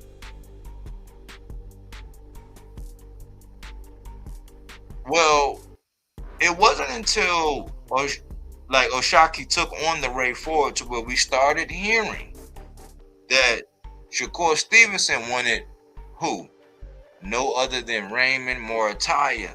And I said, man, if y'all don't see that this is a duck, I don't know what the fuck. Why? Because Raymond Morataya says, hey, I got one more fight, then I'm going to the 140. But guess what? O'Shaquie said after O'Shaquie beat Ray Ford, hey, go ahead and come at the 140, and y'all don't make no excuses for him because he already committed to coming at the 140. Knowing that Raymond Morataya is busting at the seams at 35, he wanted to go down and fight Raymond Morataya at 35, but he wants to bring O'Shaquie up to 140 to fight him. The fuck is a duck? The fuck is a duck? And you waited to start saying that. Why? Because if you don't go back to 35, this is what I've been saying the whole time. If you don't go back to 35, O'Shaquie had already had the interim. He was going to give you your strap back, pay them fees, make you whole with the WBC, and fight you in the backyard. So instead of Ray Ford, that would have been O'Shaquie and Shakur. But that didn't happen. Why? Because Shakur didn't want to entertain that. But he waited until that fight got locked up between O'Shaquie and Ford to say, hey, I want Morataya at 35. Well, they figured out that Morataya had something locked up. But Robert Garcia was on record saying, hey, listen, we'll fight you at 35. We'll fight you at 40. And since you were talking about that catch weight at 44, we'll fight you at that. The last thing Shakur wanted to do was fight Raymond Morataya at 144. Why? Raymond Morataya will be fully hydrated. He's busting at the seams. I think he's bigger than I think he's pretty much bigger than Abdullah Mason. I think Abdullah Mason busting at the seams. I think he's young, so he's getting away with it now. But his frame, his reach, all of that, I think, man, you're gonna see a monster once he get up to 47. But you're gonna definitely see him come out of the shell when he come to 40. You think he got power now? He'll have more power. You think Raymond Morataya? You think Shakur really want to see after going through Zepeda what he went with Zepeda? Man, Raymond Mortaia would beat the shit out of Zepeda right now. Raymond Mortaia would beat the shit out of Zepeda right now. Way more power, higher boxing IQ. Respectfully, even though I like Panda, you can't compare Panda to Robert Garcia, who was in the corner of, who was a boxer himself and in the corner of Mikey Garcia, one of the best boxers to ever lace him up. Don't give a fuck. He put hands and feet on AB. Point blank, period. So what the fuck is a duck? Let me continue. O'Shaquie was also ducked by Lamont Roach. Why you say that, Mike? If you listen, I'm gonna tell you, right? All up into the build-up, you seen Lamont Roach talking about how Ray was going to beat him and all this, and he got this secret pack. Now, he's not part of the extended friends and family program, but like I said before, you put in this application. I see everybody want to ride, you know what I'm saying? Everybody want to ride the jockstrap because, you know, if you can go back and find somebody said it on my channel, like I said it on my channel first, how Lamont Roach put it in his application. Now everybody else is saying that, right? But if you find somebody that you can prove that they said that before me, I'll give you $25.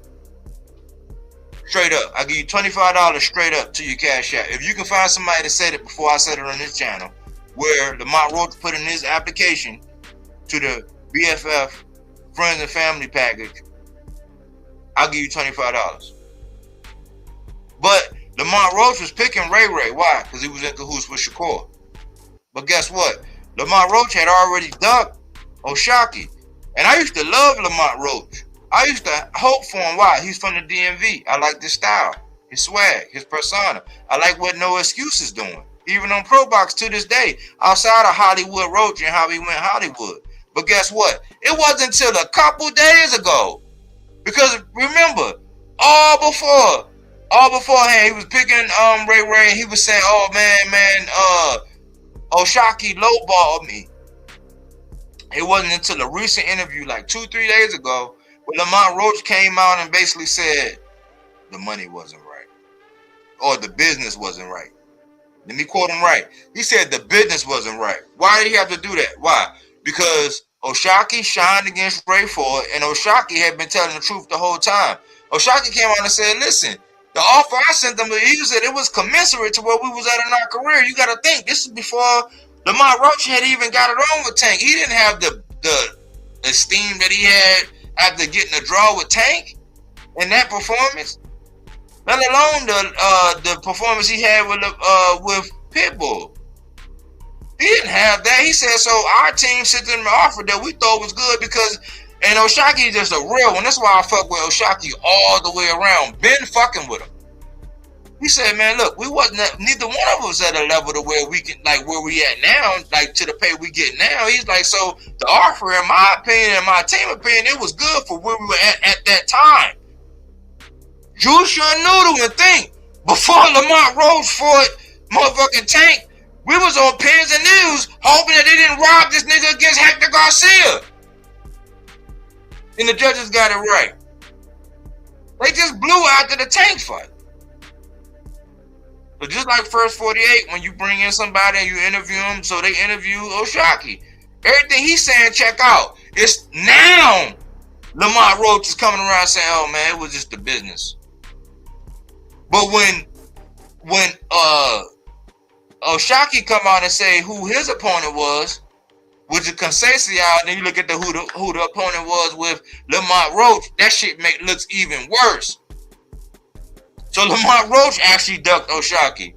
And this is the whole thing about everybody wanting to see O'Shaquie versus Navarrete as opposed to O'Shaquie versus Shakur. That's lame as fuck. Why? Because just like Shakur had ducked Mr. Gary Russell Jr., just like he's avoiding saying Gary Antoine Russell at 40, the nigga ducked O'Shaquie when it was down there too at 130. So he owed Josh Warrington too.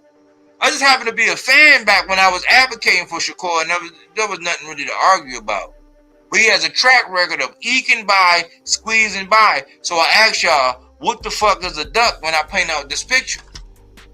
Because it's crazy that you would want to fight, you would want to move down and fight Raymond Mortaya, who you know he's big for the weight class and he needs to go to 40, but you want to bring Oshaki, where y'all was in the same division, up to 40 to fight you. And now you want to fight Devin at the catchweight. That's the opening dialogue about the what the fuck is a duck. 2 cents. Man, shout out to 2 cents. Salute 2 cents. That's what's up. Good to see you, man. You be cooking. A lot of our boxing thoughts align, sister. I ain't even gonna lie to you. I appreciate you popping up, man. That means a lot. For real, for real. But this is what I've been trying to tell y'all, man, all along, man. When I say the fuck is the duck, it's not because, like, right now, everybody's anything somebody do, oh, man, he ducking, he ducking. I'm not that type. Like, I'm actually giving Devin more credit right now because I see what Shakur and Keyshawn are doing, and I believe Shakur is pussy. I don't like Bill and his tactics, and I understand, you know what I'm saying, but, like, I got AC over here to balance me out when it comes down to Devin, and I got to give Devin, because I didn't think he was going to get in the ring with Brian Norman, let alone beat Brian Norman the way he beat him. So right now, I understand the politics and how everybody moving. I understand how, you know, Jay Prince got these 3 guys, and I always say, man, if you look at James Prince, major 3 guys, and Keyshawn, Shakur, and Abdullah, who's moving proper? Abdullah. But he allows Keyshawn to just run up on Abdullah and say whatever the fuck he want. He allows Shakur to say, oh, Abdullah's too green. But if y'all peep it, we only heard conversations about Shakur and Mortaya after Mortaya had already got past Andy Cruz. And everybody gave Keyshawn a pass for not fighting Andy Cruz. But everybody want to fight Mortaya. And Keyshawn was also respectful of Mortaya after he beat Andy Cruz.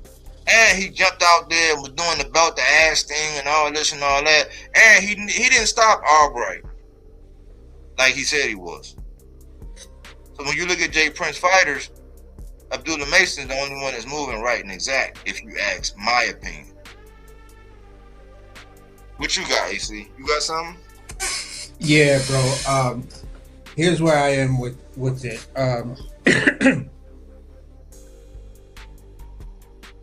When it came down to Shakur and that Tank situation after Loma dropped out of the fight and to fight Tank and everything, and the whole boxing community was talking, oh, Tank better. They were saying Tank better be reaching out to Shakur.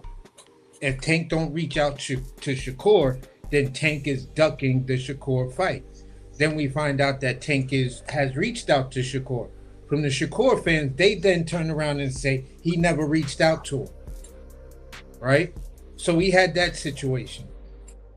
Then it's the Oshaki situation. When we find out that Oshaki sent Shakur reached out to him and was like, look, man, I got the WBC behind me. Mauricio already wrote off on everything. Basically, this is what goes down. I'll get your belt reinstated. I'll take the 120 out of my portion of the money. You feel what I'm saying? And you get your belt back if you get your belt back. And if you beat me, you just continue to go on with your life and everything. So then you hear from the Shakur fans, oh, that offer was bullshit.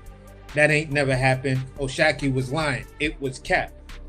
But then if you follow Shakur on his Twitter or X or whatever, he's talking to Ray Ford and he tells Ray Ford, yo, listen, he not getting nothing with me unless he see you first. And that whole WBC shit, you know that shit don't move me. Whoa. How can y'all turn around and say he didn't duck? You feel what I'm saying? In that instance right there, when he acknowledges the WBC offer, in his own writing or for his verified account.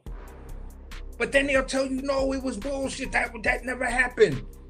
And you sit there and you like, okay, what part of reality aren't you fucking getting? Like, are you really into this guy that much that things that happen in reality, in real life, you then turn around and say that didn't happen? And then when you break it down, oh, they start doing all kind of stuff, like their mouth don't work no more. Your mouth was working all perfectly, your thumbs was working all perfectly. You was really, you Shakur haters and you, oh no, because you don't like Shakur, you must be a Tank fan. How about I'm just a fucking fan of boxing, bro? How about that? How about if I don't like Tank, I don't like Dev, I don't like Shakur, but I'm good enough in what I'm looking at to say, you know what? When it came down to this situation, I don't like neither one of these fighters, but this guy ducked. He ducked him and he ducked him. And there's a plausible argument of ducking this other guy. But nobody don't want to do that. You know what I'm saying? The boxing media don't want to do it. All on the Ring magazine, they bring up all types of salacious, stupid shit. You know, certain things that don't really matter and stuff like that. And they'll talk about that. But the one thing Ring decided not to do was, you know, talk about that Oshaki and Shakur situation. And I have a joke I say at times, but this time I gotta extend it. Ring magazine went out and brought a 20-foot pole because they didn't want to touch that conversation, that real life, you know, I baby faced your darling, the guy you got at sitting at number one in two different divisions. I just chunked the shit out of him, baby faced him, made him grab my pockets, had him washing my underwear, and the whole nine. And the only thing he could say is, that shit didn't move me. Wow, so your acceptance of being a bitch and having a dude walk around with you holding on to his pocket. And that doesn't faze you because you know it doesn't faze your fans. Because your fans are cut from the same cloth. So when you look at real gangster shit, and Shaki told you, I was raised by nothing but men. I was raised by my father and I got nothing but brothers.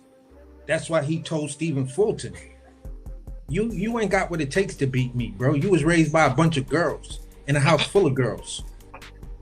The fuck you gonna beat me? And I done been through the jump off, been through that system, and then found peace within myself. So I'm confident. That's where this calmness comes from. That's why I could look at this bitch ass shit y'all doing and just call it for what it is. To have a dude like Brian Custer in stitches pretty much during the whole thing, like, oh my God, he's slaying these people. And normally Brian Custer would try to come back and give a little pushback here and there. Oh, yeah, I hear what you're saying. But this is what Brian Custer could not do nothing. Not one blood clot thing, no man. Because he knew everything Oshaki was saying. Number one, it stands on business. Number two, it's all factual. Why you gonna bring up sparring now? You just called me a bum and all y'all just helped your man. So at the end of the day, bro, it's like, you wanted the crown. You wanted to sit at the throne, but the throne has somebody else's butt print in it. And you sitting it like, I ain't really comfortable because it still got somebody else's butt print in it. And the crown don't fit you.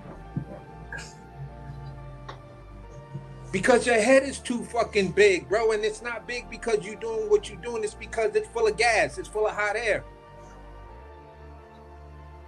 You need an MRI or some shit like that to see what the fuck really going on in there. So I'm just like, bruh, we've been calling out situations of this dude ducking. There was a channel I used to rock with. I bring it up in jest like, whoa, did you just see this? This is what Oshaki did, blah, blah, blah, blah, blah. Everyone within that sphere was telling me, no, I'm not a Shakur fan. I don't really rock with Shakur. I'm off Shakur like that. But you, all the people, pretty much, a good portion of the people in that chat were silent. You know what I'm saying? And there were some loud voices telling me that doesn't matter. Don't nobody care. And I'm just like, whoa.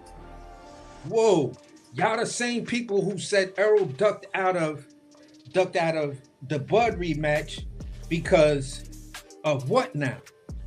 Well, Showtime dropped them. Y'all tried to tell me in between there that, but Showtime still had these other fights. Those fights were already set, so they have to do their commitment. It was no established weight class. So I was just breaking down all the talking points and stuff like that of saying, number one, the rematch wasn't going to happen. Let's just face that fact, because that's not something Bud was clear about, and that's not something he seemed to want to pursue.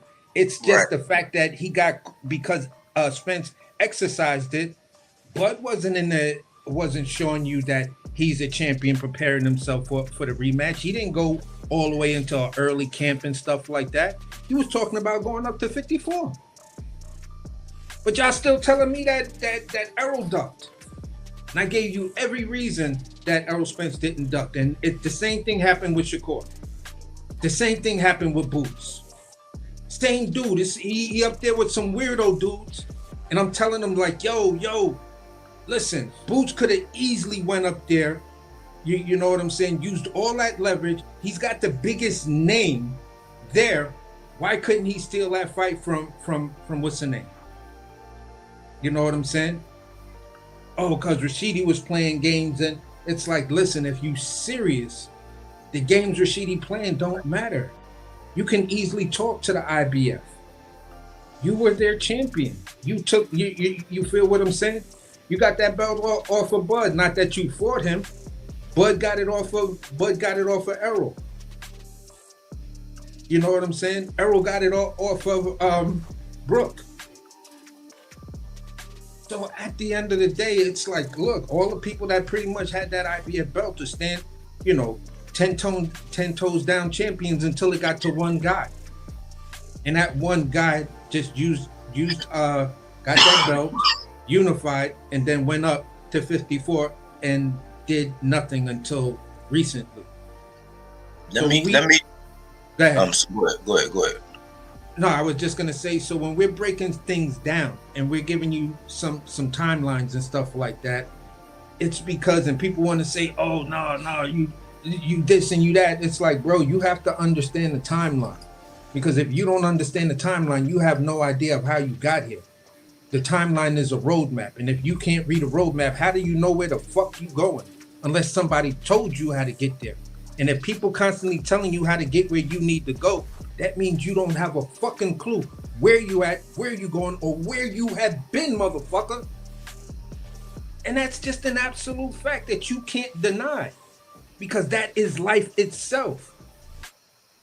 And the mere fact you want to be stupid in life just shows you want to be stupid in this. And at the end of the day, like the last AC Hibachi episode, bro, ignorance is bliss. And you motherfuckers is blissfully ignorant. You know, this is the only thing I wanted to insert. This is what's so funny. And this is the checkmate to all that bullshit. And you'll never hear nobody that like that Bud Eggplant come out and tell you this. But remember, they scoffed at Boots because he inherited the IBF. Well, how did he inherit the IBF? Because Bud moved up. But the funny thing is, when it came down to the Earl rematch, it was understood that the rematch was probably going to be at 54. Why? Because Bud left Earl at the altar, and everybody knew that Earl had overstayed his welcome at 47. I did a whole video saying, listen, bro, we are diehard Earl Spence fans. We are not going to cook you. We got your back. Just move on. Fuck Bud. But Earl being stubborn and wanting undisputed and all that, even against our wishes, he did it. But Bud's sticking point was that, oh no, this is going to happen at 47. You're like, hold on, man. Like, no, man. It was already understood it was going to happen at 54. But guess what? They scoffed at Boots because he was an email champ. They started comparing him to Devin and all that. That's a whole different, you know what I'm saying, two different scenarios. But, like, they scoffed at him. But guess what? He goes up and fight Madrimov. Well, how the fuck did Madrimov get his belt? Because soon as Jermell Charlo stepped in the ring with Charlo, they stripped him. So how you gonna scoff at Boots for getting the IBF and then go up and fight Madrimov, who got his belt the same fucking way? And I think he had like 11 fights at the time. He didn't even have as many fights as Keyshawn. But you'll never hear a Bud eggplant eater come out and tell you this. And that's why we just gonna keep it all the way raw and funky. And to add to the point about Shakur, see, people like Shakur are the people that, like, you know how I don't really like when people talk about sparring, right? Because I treat sparring like Vegas. And they say what happens in Vegas stays in Vegas. Well, people like Shakur, they're the type of people that say, oh, what happened in jail stays in jail. So it don't matter if you was holding nigga pocket in jail. As long as when you're on the outside, you know what I'm saying, you in the mess hall with your chest out. No, you wasn't in the mess hall with your chest out when you was in jail. You was holding a nigga pocket. But what happens in jail stays in jail, just like Vegas. So y'all parking like that. Y'all compartmentalize that. Like when we talk about Blue, a nigga that didn't even know who Shakur's first championship fight was. Shakur can come outside with white jeans, and by the time he run into blue, they're gonna be blue jeans. Why? Because he got the knee pads, the throat coat, the reach around extenders, the tonsil jewelry. He's pulling out the works for a nigga like Shakur, and that's how they operate. Like, and because people are too scared to be vocal about how Shakur is really moving, and they don't really connect these dots and paint these pieces because they want to be down like Brandy, nobody ever exposes this nigga. Not us. Not over here. We're going to keep it all the way funky. And the fact that y'all have found yourselves with all this value, all this precious gold, all these heavy chains, all this gold that can be melted down, y'all found yourself at the Zuffa pawn shop getting ready to pawn in a fight that ain't got shit to do with legacy. And everybody just, right now, I'm so disappointed.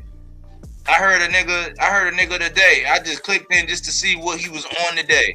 I clicked in for about 5 minutes, and guess what it turned into? The nigga said that Shakur and Devin were more accomplished than fucking Earl Spence. Wow. And I'm like, if you want to play accolade salad, accolade soup, okay. But like, as far as keeping that same energy, as far as running towards the real smoke, fuck no. So I had to get off. And I'm like, we've gotten to a point in boxing to where fans have been beaten into submission to just accept. I said, man, and people are going to discount this because I'm a Tank fan. I'm talking about Shakur and Devin fans. But Shakur and Devin fans, they have been beaten to submission to accept whatever the fuck they bring to the table. Whereas that same nigga named Blue, no matter what Tank do, he got something to say. But when Shakur come right behind him and do the same fucking thing, catch weight, rehydration clauses, they have nothing to say. Like, y'all need to stop letting niggas like that up on the panel. Like, a nigga like that should not be allowed on your panel. Like, you shouldn't even allow, like, because even, like, let's just say somebody is speaking the truth or whatever, but Ness don't agree. He won't even allow you up on the panel. He'd be like, nah, we ain't gonna allow you to not speak the truth. Like, nah, you gonna keep it all the way factual. That's how we need to be. So if you got a channel and you letting people rock out, you know what I'm saying, with they cock out because they just, you know what I'm saying, they're gonna add something or add a little bit of, you know, drama or whatever, sensationalism to your panel. Don't let these niggas up on the panel. Because if you was out boycotting, if you was out with the knives and the pitchforks about anything that Tank did, and Tank was a 35er, I even be hearing this. I be like, listen, because people don't even take the time to actually break down what actually happened with the fights that Tank actually had, because people always want to attribute him for the catch weights and the rehydration clauses. First of all, Tank was at 35, defending his 35 belt. Ryan was challenging for the 35 belt. Tank afforded him a pound so he wouldn't have to scrape all the way down and put him on the rehydration clause. Why? Because that's what he was campaigning for. That ain't the same thing as this, let's just meet at midway. Why? Because Ryan wasn't fully at 140 yet. Yes, he had fought above 135, but he wasn't campaigning for a 140 strap. He wasn't the champion at 140. This is apples and oranges. But it's fucked up that real boxing fans, people that call themselves or assimilate themselves to be part of combat sports and all that bullshit, will actually come out their mouth to even insinuate that kind of shit. And to land right here, to say that Shakur Stevenson and Devin Haney are more accomplished than Earl Spence, yes, and accolades, yes. But I'm seeing in this past week, in the last 7 days, where they was actually saying, if Earl get past Tim Tszyu, then Devin want Earl. What does that say? So is Earl low-hanging fruit? Or is he that nigga? Y'all make it make sense. You know what I'm saying? Like, the viewers, y'all make it make sense. Yeah. But like it don't stop what we got going on. Why? Because the only thing that keeps us grounded is the fact that whatever truth is there and what in the history, whatever, because just because the outcome of fights, we're not going to change our perspective. We're not going to stop telling the truth. We're not going to stop beating the drum for the people that are moving the way we need them to move for the sport of boxing to still thrive. We're not going to open up and say, I for Zuffa. Why? Because that's the pawn shop. The value of that fight don't deserve to be at no catch weight and over there Zuffa because y'all getting paid. Don't blame me, according to what Eddie said, 5 times the amount what your market value is. How is that sustainable? It's not. But y'all not even in touch with reality. But like AC said, man, reality, perception is reality. So how y'all perceiving it? Like y'all already perceiving that Ryan versus Conor Benn is already done. Y'all already perceiving that Devin versus Shakur is already done. Like, you know how sick I was today listening to everybody acting like this was already a foregone conclusion, acting like Zuffa had already signed Devin and Shakur. That shit ain't happened yet. What are y'all talking about? But like AC say, perception is reality. Not in my book. You're not gonna have me eating steak talking about, man, I know this ain't steak, but it tastes so good knowing goddamn well I'm eating oatmeal. No, this shit is oatmeal. Yeah, we're gonna put some seasoning on it. We're gonna sprinkle it on it.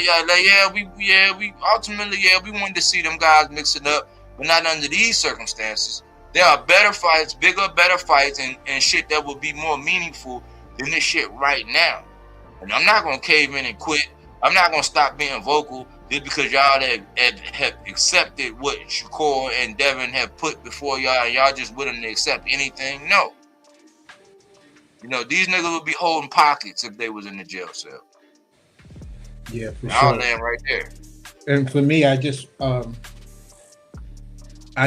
the audience to understand there's a little bit difference in our opinions about Madrimov. For me, I was a huge fan of Madrimov. I think I didn't know his name at the time, but I was seeing him, in the realms of sparring with Bivol and Beterbiev. Like, they were running in circles. Bivol, Beterbiev, Madrimov, Boachuk, and I believe there was one more fighter, and these were all like these Uzbekistan, Ukrainian type fighters. They were all in the same circles. Even Usyk was within that circle and stuff like that. And I was just, what attracted me to him. Once I heard his name and looked him up, and I think he may have only had like a couple of fights, but you couldn't find any footage on him. Was the fact that they was talking about his Olympic record.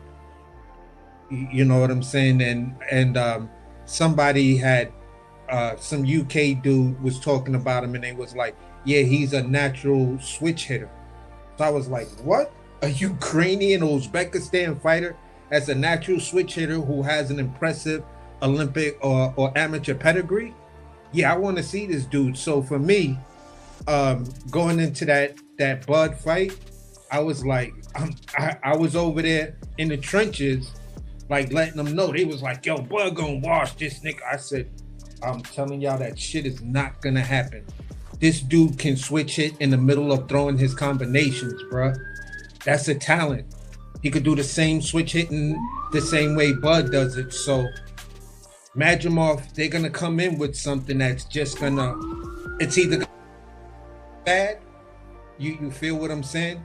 But I don't think Madrimov's gonna win, but I'm telling y'all, he gonna make Bud look vulnerable. Dudes was like, nah, AC, you wild. You always picking these weird ass European or Japanese fighters that don't know. I said, because I watch boxing. Here, the boxing is, they're called world champions. So boxing is just not the USA. Sometimes I see a fighter or see a program or whatever, and I just want to explore it and see what's down that rabbit hole.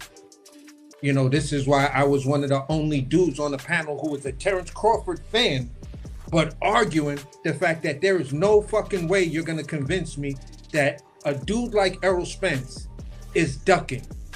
Nah, I'm not going for that, bro. We're not going to do that. Oh, you must have been. I was like, you goddamn right. I was an Errol Spence fan before Bud. But I had an eye on Bud. But I was just like coming out of Omaha, Nebraska, or whatever. And he was just so silent and looked like he was like 10 seconds away from committing a serial murder and shit like that. I was like, I don't know about this dude. But there's this viciousness and meanness about him that I kind of want to see.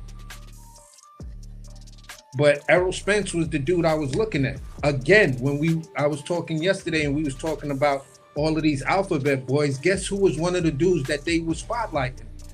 Errol Spence. When I saw Errol Spence on that video in the Charlo's yard with him and the two brothers, he's standing right there with two brothers right there telling them, y'all already know what time it is. Yeah. Y'all know who is blah, blah, blah. And I'm like, yo, this dude he gangster. He on that Texas gangster shit. Then I find out he from Long Island. So it was just like, oh, all right. I could fuck with homeboy. But then I started to see Crawford at 140, and I was like, I like Errol Spence, but I don't know if Crawford goes up to 47, I don't know if he beats him. I like what Errol Spence does, but Crawford has this thing about it. And then people jumped on me, and it was like, bro, I'm just a fan of the sport. I like fighters. I may be a heavy fan of a fighter, but if I think someone else is going to beat him, that's just the way I'm going to carry myself. I picked Brian Norman over Devin Haney. I picked, at the time, if Benavidez was talking about going up to 75, I was like, at that time, he does not beat Bivol or Beterbiev. It's going to be some good fights, but he's not going to win those fights. Oh, you're not a real Benavidez fan. Yes, the fuck I am, but I'm realistic, bro. Timing sometimes is the biggest thing of, when two people meet. And if you're talking about a guy who's pretty much in his prime and a guy who's not quite there yet, I'm going with the guy in his prime. And that's Bivol and Beterbiev. Both them niggas is undefeated. They're monsters. They control the divisions. There's no fucking way I'm thinking Benavidez is gonna go up there and beat those dudes. Nah, it's not happening. And back then, I'd have stood on 10 and bet anybody any kind of money. You know what I'm saying? But that doesn't detract me from being a Benavidez fan. Just like I'm still a Devin Haney fan, but I'm out here saying this. You fucking ducked Rolly. And if I ever get the chance to speak to Bill, I'm going to ask Bill, how do you justify Devin not fighting Rolly when Devin said this? You're saying that all the money made sense. Everybody was saying the money made sense, but Rolly just didn't have a signed contract. He goes on Brian Custard and says, listen, Devin is bullshitting. They told me 2 weeks ago they was gonna sign. We try to get in touch with them. Nobody picks up the phone. We don't know what's going on. Then the fight is just dropped and everybody's okay with it. And everybody's talking about, you know, we all playing spades right now. And everybody at the table doesn't have one book, but everybody's talking about a possible. Bro, that's a misdeal. Like, we can't have this many possibles. Like, the fuck just happened? Nobody got one full book? No, not the. I ain't got shit. I just got a possible. Bro, that's a misdeal. Throw them cards in. Let's reshuffle this shit and make this shit make sense. And that's all we're asking boxing fans to do. We've been fed a misdeal. Everybody's looking at the cards and trying to say, all right, how can I make one book out of this hand right here? And can't nobody do it? Because everything is a possible. You know what I'm saying? Yeah. I just got one jack. Like, and everybody's saying nobody got any aces? Like, where the fuck's the rest of the cards at? Something's missing here. Throw them shits back in. Look under the table. Maybe a couple of them shits. Check the box. People underbidding. You know what I'm saying? That happened, and that's a tactic. But once you know who you sitting across from, it might take you a hand or two. It might take a couple fill-out rounds, and you feel like, oh yeah, they like to underbid. But I've never, like, as a spades partner, I've sat down with somebody who I didn't know from a can of paint, and we done ran a table as long as you got basic principles. Yeah. You know, I don't play when it comes down to spades. But I do want to say this, man. We just in an era now to where timing is everything. It's just like right now, like if you look at like David, let's just look at Demetrius Andre, right? Demetrius Andre, he somewhat kind of got a bad shake. Why? Because he trusted in Eddie. He left Jermell Charlo at the table a week out before they fight. And after that, that's when like Al, I don't know if he got blackballed. I don't know what happened, but you know, he made his bed, so he had to lay in it. And I like Demetrius Andre. He's actually reposted one of my videos and everything. I thought I was cool with him, but when I go back in hindsight and I look at it, when he made that move, when he left Jermell Charlo at the altar, that's one of the things that PBC fighters couldn't afford to do. They had already had a lot of energies working against them. But for him to do that with one of their marquee fighters like Jermell Charlo at that time, it wasn't good. Now, if I look at it from his perspective, he went over there to Matchroom to get Canelo and Triple G. And the same shit that people are doing with Shakur, how they protected him and all that, they protected Canelo. That's when all them sound clips, oh, he's a horrible fighter. You fight nobody. You want payday. All these clips based on Andre, calling him out, being disrespectful, pursuing it. And he was like, look, I'm on Matchroom. Triple G is on Matchroom. Canelo on Matchroom. He didn't get it. But Triple G avoided Jermell Charlo. And he waited for that guy from over there in, the Japanese guy. I think it was the Japanese guy. He waited for him for like 18 months and gave him a shot. And that fight was close until, you know, Triple G just pulled away. I think the guy had a bad game plan and all that. But I say all that to say this. He goes past that. He gets in the ring with David Benavidez. He does good for like the first 2-3 rounds. And then the fight takes on a whole different complexion. People actually look at the results of that fight and then shit on Andre for everything after that, but it's timing. Why? Because when he really was pursuing Canelo the same way David Benavidez was pursuing Canelo, the same way David Morrell was pursuing David Benavidez, when he was really pursuing Canelo, had that fight happened in the prime, or whatever, because he can do a lot of things that Bud was doing. He's an awkward guy. He's taller, longer. He can stay on the outside. You know what I'm saying? He would have been able to keep. He had stamina. He could have done it. We don't know what the outcome of that fight would have been had he fought him in this timing. So people look at what happened with Bud and Spence when Bud was the one pussyfooting around saying, oh, that fight's behind me, going on Akin Barak. You know what I'm saying? Oh, man, is that fight behind me? Yeah. Will it hurt my legacy? No, it's going to hurt his legacy, but I'm still going to the Hall of Fame. And then when Errol get in the accident, oh, man, tell Earl get his panties out his butt. But it's like you did all that pussyfooting around, and then you timed it to where, I guess, reports or, as a boxer, have an insider, whatever was going on. I'm not making excuses for Earl. I just know my guy.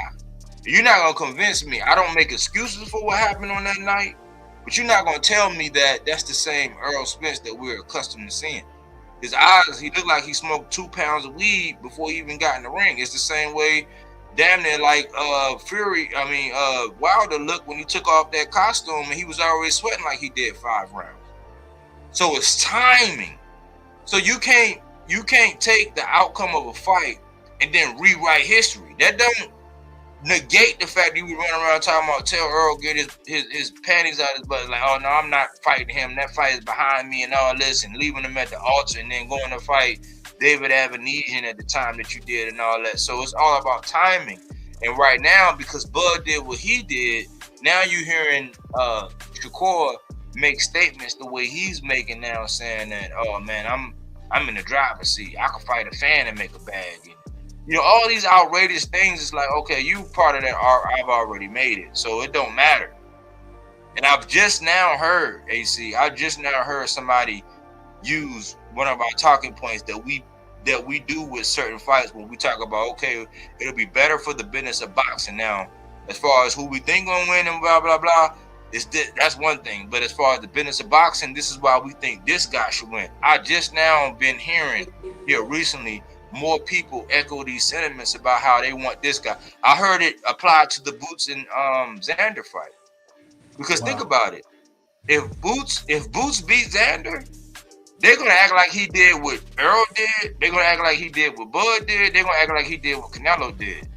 Now, depending on, and we're dealing with Eddie, because it's not all on Boots, but it's all on how people manage you. Much like Jay Prince and Shakur, Jay Prince and Keyshawn. It's how they manage. It's not about just the fighter. It's about how they're managed and how they're promoted. So I just now heard a major channel say that, man, well, maybe for the business of boxing, it might be better for Xander. Why? Because Xander is showing he didn't have to take the Boots fight. And we're going to get more and more smoke. If Boots is to obliterate Xander, you're not going to be able to hold his feet to no kind of fire. Because they're already saying he's the money man. And I'm like, when did he become just like Shakur being the money man at 47? Like, well, I mean, did I miss something? When did he become the money man? Like, I mean, I know you're going to get a bag or whatever, he's a name, but like, when did he get on tank status to where you get the biggest bag or you get the most? Like, I don't know. I'm being honest. Like, I'm a Boots fan, but like, when did that happen? It's premature right now. But for the business of boxing, like, if Xander win, he goes to the moon. And you know that the energy he got, if he's willing to do that with 2 belts, where he didn't have to take that fight, we have a propensity to believe that he's actually going to extend the offer to somebody that might not deserve the shot, or he's more, what they call it, risque. He has more risque behavior, because a lot of people say, hey, man, Xander, he didn't have to do this with Boots. So if he wins, we can probably still believe that he's still going to be taking risks like that and still be cutting edge and wanting to fight whatever. If Boots win and they give him like the keys to the whatever, they're already saying if he beats Xander, he's going to be number 1 in the division. What would be the incentive for him to fight anybody else that's of any high risk or high reward and not just string it along? That's just an honest assessment. Like, and I like Boots. I bought tickets. I went to Atlantic City to go see him. Hotel, took my lady, all of that. But that's just the reality of it. So we got a couple guys right now, and we're at a paradigm shift right now in boxing to where we cannot treat these guys like they already made it. Look at Devin. Look at Shakur. Look how they talking. Look how they moving. They feel like they already made it, so I ain't got to do nothing that the fans want. You know what I'm saying? I'm in the driver's seat, according to Shakur. So I'm like, it's something we got to think about, man. But I think we did. I think we did this one justice, man. You know, only thing I was going to do is this. It was an article I was going to read, but I want to tell you guys that I'm going to show you this because I did this, and I ain't going to read the article. I'm going to forego it because this went way longer. The opening rant and then the housekeeping was way longer than I expected, but I just want to do this so it's in this segment so that y'all know this. There are like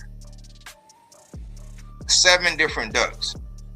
If you're gonna be clear, let me just put this up here. There's the Indian runner. It's the strategic duck.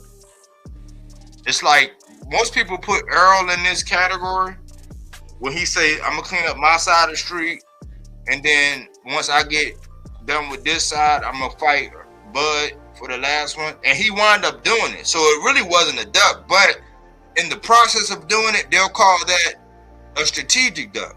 That's an Indian runner, right? There's the Bufflehead, changing promotional companies. Like, this is one of the most popular ones right now, where you change what Shakur did when he left. You know, he left his side of the street where there was 3 belts. There was 3 belts on Top Rank. It was one over there on PBC with Tank, and he went over to Matchroom. They didn't have no belts. That's changing promotional company. That's like one of the most like that's the same shit that Richardson Hitchens just did with a belt going over there. And anybody else that follows that have a belt, like if Shakur go over there to Zuffa and it's on some bullshit and the WBO decide to strip him, once again it'll be a change in promotional company. You got Black Ducks. That's just straight fear. I believe that at 35, that's what a lot of niggas did with Tank. You can say, my only knock on Tank, you know what I'm saying, that I'll say that the haters will be able to say is that niggas changed, niggas got belts and got undisputed and all that while you were in that division. Now, there'll be like channels like mine that'll be recording the history, and then you can go back and you can look at what I put out during that time to say, okay, well, no, that's not right and exact, and how they didn't really want to make the fight with this guy, much like how Loma didn't want to make the fight.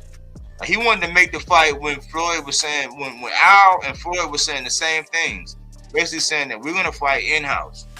But Floyd got all the criticism and Bob didn't get none, right? And then Loma got all the praise and he got all the benefit of the doubt, and Tank got all of the hate. So my only thing is that regardless, there are going to be people that say, oh, under your regime when you was in that weight division, this what other people were able to accomplish in that division.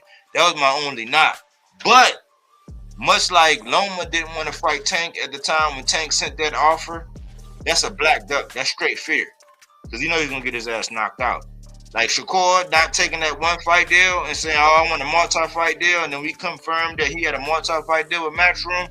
That's black. That's straight fear. He know, oh, my reign gonna be done. Like all this charading around and all this Olympic, all this 3 division, blah, blah, blah.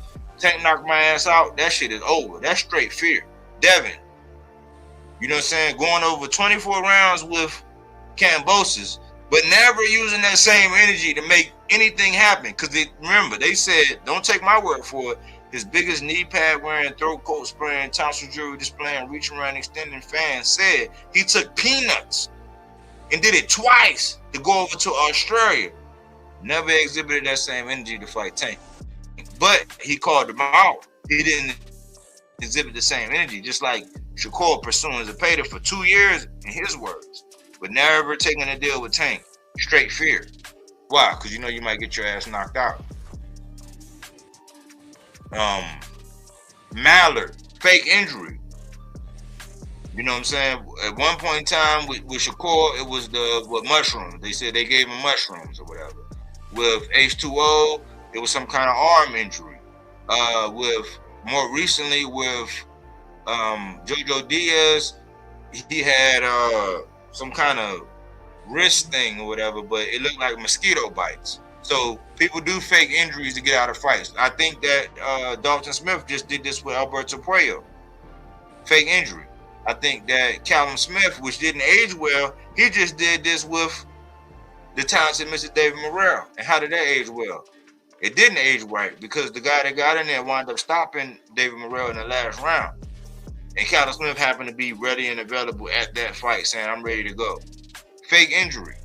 That's called a Mallard. Picky terms, pintails. Oh no, it gotta be a this weight class. He gotta give me a fruit basket. I need nothing but Jolly Ranchers. You know what I'm saying? With at least 10 Hershey Kisses. Like all these just crazy picky things where you just make it to where it's like Devin and them do a lot of this. Oh man, no man, I gotta have my locker room. It gotta be facing the east, and I need a dozen rose petals. All kind of crazy, stupid shit. Other than ring size, gloves, who comes out first and last, all that. Bud even did it with Arrow. Oh man, no, I need the coin toss. It's like, no, you was undisputed and all this, but this is my division. I got 3 of the straps, like, so it should have been mine. But Earl being the guy that he was like, man, look, man, I'll give you. All right, okay, cool. I'll come out. You can announce me first. All right, you can be announced last. Okay, all right, cool. We'll do a coin flip. All this thing, that's pintails. That's picky terms.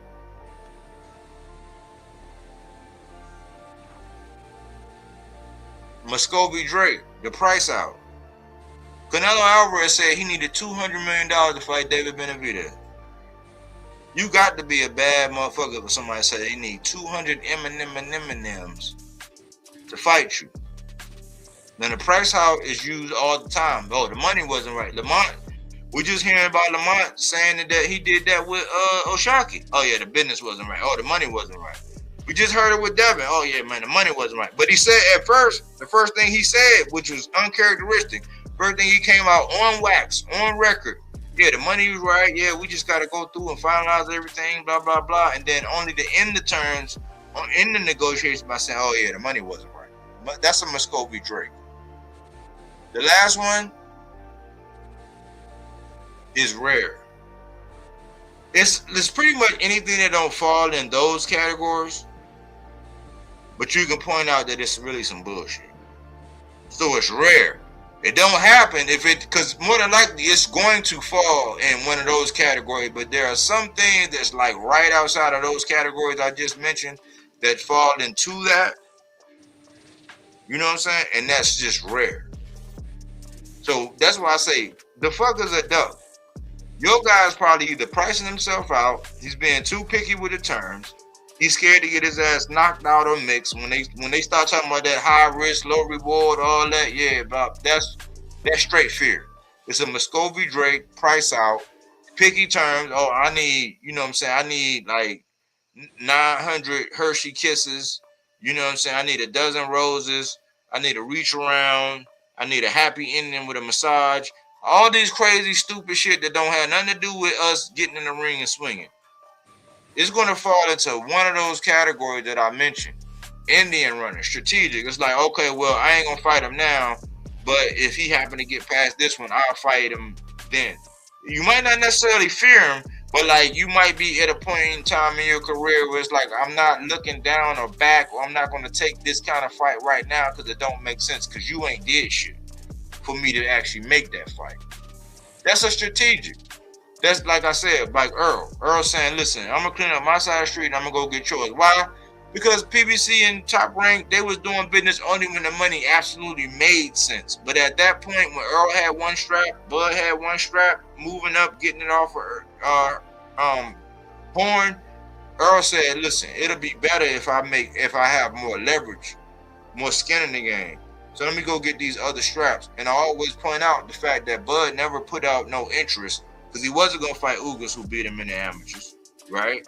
He was trying to get Pacquiao, but when that fight landed, Bomac and them said we turned him away because we didn't think the money was right. So I always ask, who the fuck was going to get the other belts? Earl's whole intent was to get undisputed, just like Gary Antoine was to get undisputed. A couple guys that it don't matter who the fuck got the belts. They just want to get undisputed. So people would say, oh yeah, Earl duck. Well, it would be an Indian runner. That's what that would be. That would be this. So where it's like, well, I'm going to clean up my side of the street, and then when it's, once I get my 3 straps, I'm going to come, then I'm going to do business. And that's what Earl ultimately went over to do. So initially you could say that was a duck, but it was an Indian runner. So we got to classify these ducks. Too many people throw that word duck around without no real meat and potatoes behind it, no real fizz, no real meaning, no real legitimacy to why they saying it's a duck. It's a reason. You should be able to classify the reason. And that's why I'm actually giving it to you. But this is the 3rd episode of The Fuck is a Duck. And that's all I really got, AC, man. Well, I'm going to end mine hook with this. There's a standard that I look to use in calling somebody a duck. Some dudes will try to gaslight it and be like, and just try to poke holes in it. But one of the things I say as an absolution, hands down, you cannot deny, was paperwork involved. Was there conversations between lawyers? So basically, I look at this, the way the fighters duck, right? And to understand that in its full context, you got to try to look at the business of boxing itself. How are fights made? You know what I'm saying? And you could just go off of face value. You can use the perception is reality argument here, because we hear situations like Shakur saying, I made this fight happen because I called Tio. We hear Bud say, I made this fight happen because I called Errol Spence and we hashed this out. Bernard Hopkins and Roy Jones hashed it out between themselves. To some degree, Floyd and Manny hashed certain things out. So when it comes down to some of these big fights or some of the most relevant fights, yeah, the business of boxing will get in the way, but the fighters themselves can put the fight together, because if you really look at it, these guys are all walking around with LLCs and stuff like that. And it's just finding somebody to just sign off on you or sponsor your event by, putting their self out there with the liability for the insurance of the spot. That's what it really, really comes down to. All right, you're an event promoter, you're this, how much insurance does your company generate for this type of event? And we're talking about people getting punched in the head, MRIs, and a bunch of other stuff. So you really, really got to be there. And this is what the sanctioning bodies are there for too, because if you got that, then the sanctioning bodies will come in and then they'll do their part, and the fight generally gets made. So we hear about fights getting made by the fighters. We hear that, a guy was like, look, man, I was just, I was in the gym for a while. I was pretty much ready to go. And then, I got a phone call and, I was like, okay, so when's the fight? Oh, I get a full camp as well. All right, cool. Yeah, I'll take the fight. And we hear promoters contacting the fighter or contacting the fighters, someone in the team. The Boots versus Crawford thing where, Bozy was saying he was on the line with Stephen A. Smith and Zab Judah and a bunch of other people and things like that. So there's plenty of ways fights can be made. So that means there has to be just as many ways as people getting out of these fights. And for me, once paperwork is involved, once teams are talking on the phone and everybody's really, really chopping it up and stuff like that, and then there's interviews and you're talking to this promoter and he's like, yeah, the negotiations are going well. That means there's term sheets and other things like that going on. So then when you pull out of that situation, whether you're still negotiating certain things or whatever the case may be, but negotiations can take as long as it takes to negotiate. When you pull out of situations like that, you duck. When there's real offers on the table and sign contracts, you duck. When you sign any sort of paperwork, you duck. When there's official call outs and you know what I'm saying, things like that, you duck. Now, I'm not going to say Hitchens ducked, Teofimo Lopez. That fell apart because of the business, because they didn't like what Hitchens said. They didn't like what he did, so they punished him for that. I can't say the Boots versus Virgil thing, Virgil ducked, because then we find out Virgil's manager, and Virgil tried to scheme some bullshit to where Oscar was just trying to do the best thing for you. So that fell apart. So at the end of the day, if I'm not in the room and I just follow the tea leaf, there are certain things that happen that says this is a real duck. Devin versus Rolly, real duck. Shakur versus Tank, real duck. Shakur versus Oshaki Foster, real duck. Because although there was no paperwork, although, it was just pretty much you found out through an interview or whatever, or whether or not Oshaki called you or not, but there was a structure for things to happen, and all you had to do was say yes. His legal team, his team put together a package to get you in the ring. They really did that. And then they put that package and that proposal to the WBC. WBC accepted. That package had fiduciary shit in it. It had the reclaiming of your title that you were stripped of. You know what I'm saying? And it had a fight that would have brought you glory. That's a fucking duck. Boots versus Brian Norman. The second time around. The first time, it's just everybody's taking advantage of the media and they're playing the media game.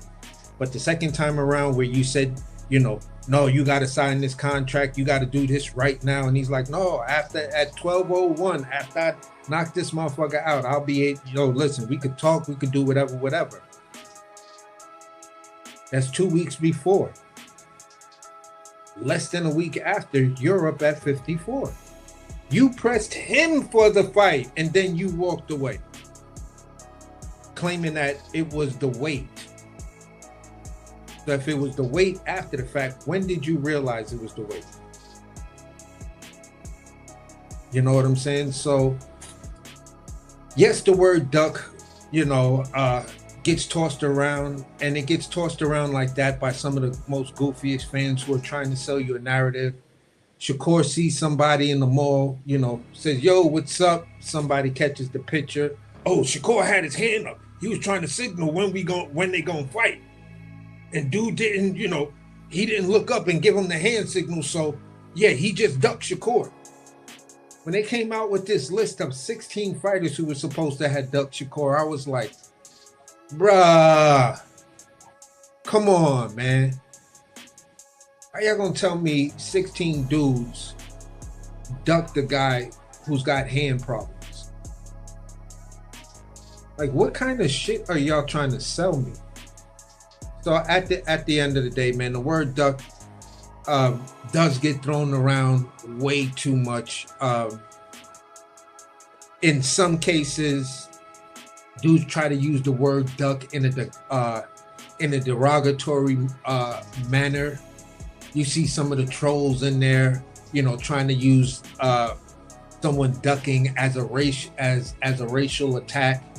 You know what I'm saying? And the words that we use in boxing they have meaning. They have power. Pound for pound means something. It's an accolade. It's something that says we can take this all the way back to Sugar Ray Robinson. And if you really want to go and really understand the term before it got to boxing, you got to go all the way back in dog fighting with a dog named Jeep. A little 35-pound dog. That's where the term pound for pound really, really came from. That 35-pound pit bull. You don't believe me? Go pick up Richard Straffen's The American Pit Bull. Read it when he's talking about Jeep. The whole chapter about Jeep. And he does mention pound for pound. And you look at the date when this dog was doing it. And then you look at when Ray Robinson was fighting. You feel what I'm saying? So at the end of the day, bro, there's certain like little treasure troves and history things that I like to follow. There's certain terms that really mean something to me in boxing and in cooking and other things like that. And I hold these dear because I give a shit about the sport. I hold the word champion to dear heart because I care about the sport. The word contender. If a young fighter with all the people that are in all the boxing gyms across the world, all of them at some point want to hear their name as a contender. And when you look at the ratings or the rankings, you see the 4 champions. You know who everybody under those champions are, what they're called? Contenders. Some are former champions, but they're all contenders. They all want to contend for that championship belt. And under each one of those 4, it's 15 guys that make the top of the list of the contenders. So we got to understand these words mean something. And for the pure boxing fans, these words mean something to the point where when we hear a fighter like Shakur Stevenson trying to be compared with a Floyd Mayweather, and then the fucking idiot says some goofy shit about Ray Robinson, you look at him like you're an appreciative little piece of shit. Like you don't even know what dudes like Ray Robinson did, so your stupid ass could be up there talking shit that you're talking. Like they fought in towns that just called them the N-word. Like you have no idea of the history. That's how fucking ignorant you are. And this is why you do what you do. And this is why your fans co-sign the shit you co-sign. And before I go on the rant and really get pissed off just on that point itself, I think it's like that's where I need to land the plane. The words we use in boxing have real meaning. So when you call someone a duck, you better make sure you got real reason. And it's just not some, oh, I just don't like the guy shit. Or I felt he hasn't fought anybody. You know what I'm saying? It's got to be a little bit more than that. Because one way or another, in this era, your favorite fighter might be in a situation to whereas one of those 7 joints he actually did, whether it's the business of boxing, whether it's just maneuvering around someone at this moment, we're going to have to accept that. But if they revisit that, then you got to revisit that. Like, yeah, back in the day, I thought he was ducking. It really, really looked like that. But then we're here now. So that situation, I'm not going to rest my argument and say he don't deserve the fight or he don't whatever. People have families. People have life outside the ring. And sometimes shit like that just gets in the way. It's timing. And with that, Buster Douglas beat Mike Tyson. Timing. He had situations out the ring that gave him that super discipline that his entire machine worked. Brains, limbs, muscles, adrenaline. Everything was clicking. I got dropped, got back the fuck up, and then put belt to ass. And that's where I land my plane. Great cook as always, man. Great cook as always, AC, man. Consummate professional, man. I appreciate you, man. Yeah, for sure, bro. On to the next one, man. On to the next one.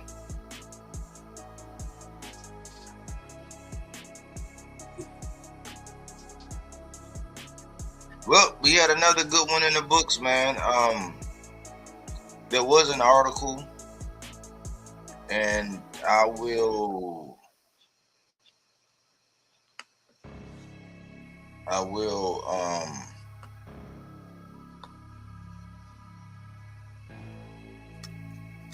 gonna put this article because the last time on the original one, the first episode, I actually put the article.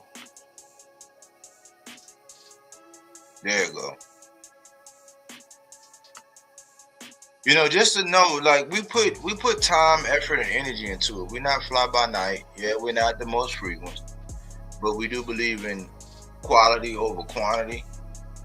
We're not knee-jerk reaction, and sometimes I see something or whatever, and like just so I won't go on a tangent or tear or have a rant, I'll be like, hey, AC, man, I seen this. We'll be texting back and forth, and he'd be like, yeah, man. And so we'll chop it up, talk each other, down off the ledge, or say, no, that's legit. You know what I'm saying? We'll move forward. But just know that we put in effort and energy into this, man. We're not doing like these. Like if I was ever, granted the privilege to be able to interview these guys, I would have authentic questions, conversations. I would actually know what's going on without even really having to do no research. Yeah, I would do some research to fill in a couple of little blanks, but I would be more than respectful for the sport and the vitality of the sport to come to the table with something that really means something. So even when we come on and we do these, episodes every other day or every 3 days or whatever, it's thought, it's time, it's energy, it's effort. It's not just, I'm just gonna get out here and freestyle. Like, no. Yeah, I can freestyle, and I think Saturday might have been a case when I came out there and I just came up with a concept that I had brewing, and I just went with the flow. And Melazar wound up jumping up there and being a co-host. So I want to let y'all know that, man, especially with segments like this, with the fuck is a duck. This one was really, carrying on from previous ones, but I have my own thoughts in this game, since you got to be qualified. Like, I'm not gonna be stamped until you see me on here with a boxer. And I've had interviews set up like Anthony Sims. I don't know if y'all know who he is, but I thought he was nice with the hands. He stood me up. I've had interviews set up to where boxer was supposed to come on here, and I wouldn't be stamped until I actually get a boxer on here to co-sign or whatever. But it's like, I know boxers see what I got going on, especially the ones that I stand in the gap for. Long story short, when I came up with this, I didn't just come up with those terms by myself. Muscovy Drake, the price out, pintails, picky terms, black duck. Like, yeah, I attributed the ducks. I looked at the features of these ducks and applied them to the terminology that goes with them, like a mallard, faking an injury, like Schofield. I apply them, but I wanted to know. I wanted to reassure and let the audience know that, I don't just be putting stuff out my ass. So I found in the article from back in the day, because this was a relevant thing. There's nothing new under the sun. We might be thinking that, with technology and this and this and that, but technology been here. You go back to the pyramids and how they were able to use fine little crystals to align with the stars, so that when the sun rises to a certain point, it's going to highlight this thing inside of that pyramid. That took time and research and energy and effort. So I know that there's nothing new under the sun, even though we think it, because this is our era. So I went back in the day I found an article that will highlight some of the sentiments that I was actually thinking. But just like when you put out a paper, you have to cite your sources and use citations. That's what I did, and that's what that article delineates. You know, that's what the article, you know, speaks to. You know, changing promotional companies, probably changing weight classes, straight fear. Whereas, like, man, I might, when they say that high risk, low reward, straight fear. That's one. Changing promotional companies, that's two. Changing weight classes and this whole blurring of the weight classes, where I said, like in the beginning when I said that there are weight classes for no reason, that's three. Those are the top three ducks. If your fighter is changing promotional companies, a la Shakur Stevenson going over the Matchroom from Top Rank when he was 3 belts over there and he was a legacy fighter, moving from over there with a multi-fight deal, denying the fight with Tank, and then going over there to, you know, allegedly being tied to Zuffa, even though there's nothing in concrete right now. That's the most popular duck, changing promotional companies, changing weight classes too.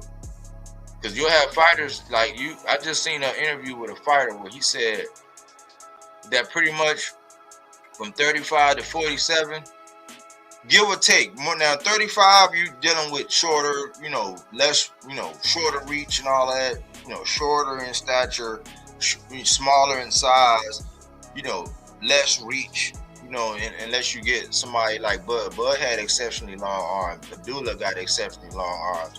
Oshaki at 130, exceptionally long arms. I think Tank, for his height, for Tank's height, even though he's like one of the shortest guys out there, for his stature, I think he kind of got a little slightly long arms, but they're not exceptionally long.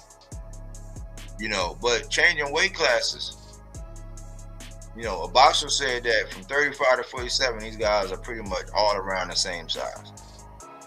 They're just used to seeking out as many advantages as they can and getting somebody to sign a contract and then going in there with a full head of steam. Do they always win? No. Occasionally they lose. But we're in an era where boxers are seeking out the most advantages.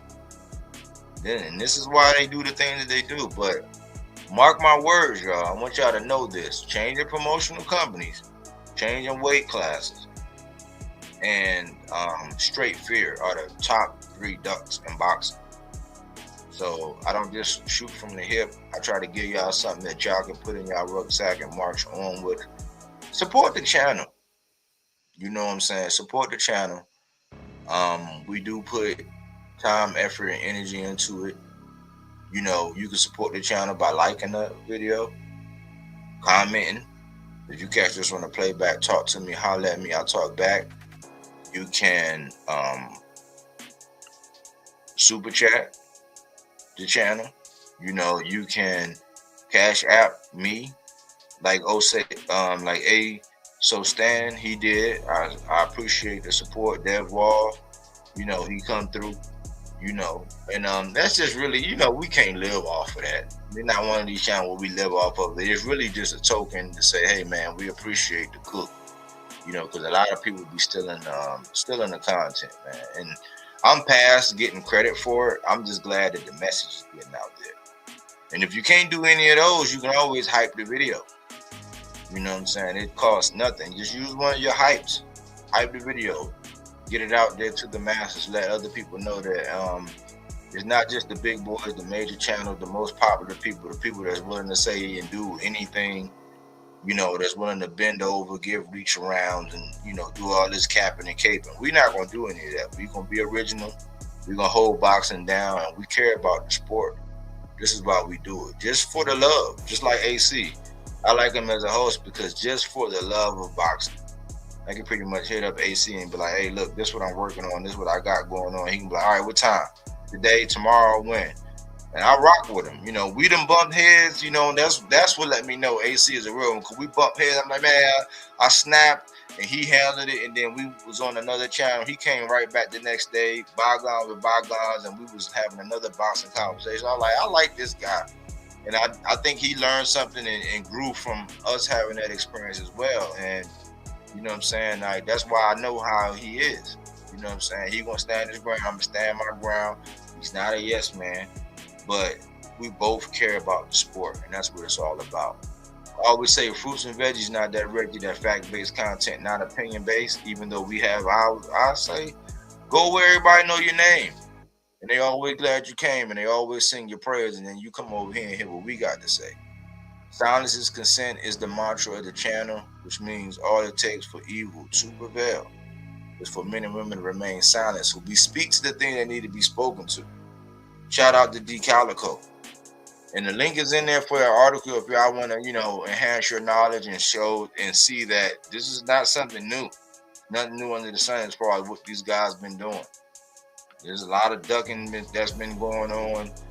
And he who controls the printed page controls the thinking of his age. So a lot of the time, the people that's in control, they're not going to highlight, especially when one of their darlings, these media darlings, when they're doing it, they're not going to highlight it. But we will. We're going to speak to it. But y'all know I can talk that boxing talk all day and all night. Thanks for choosing Bodywork Boxing. But we don't take things for face value. We do that body work. He didn't want to box. He wanted to actually prove that he could punch with you. He was like, what the fuck is this nigga, right? Oh, okay, you want to go to sleep. You tired. Welcome to Bodywork.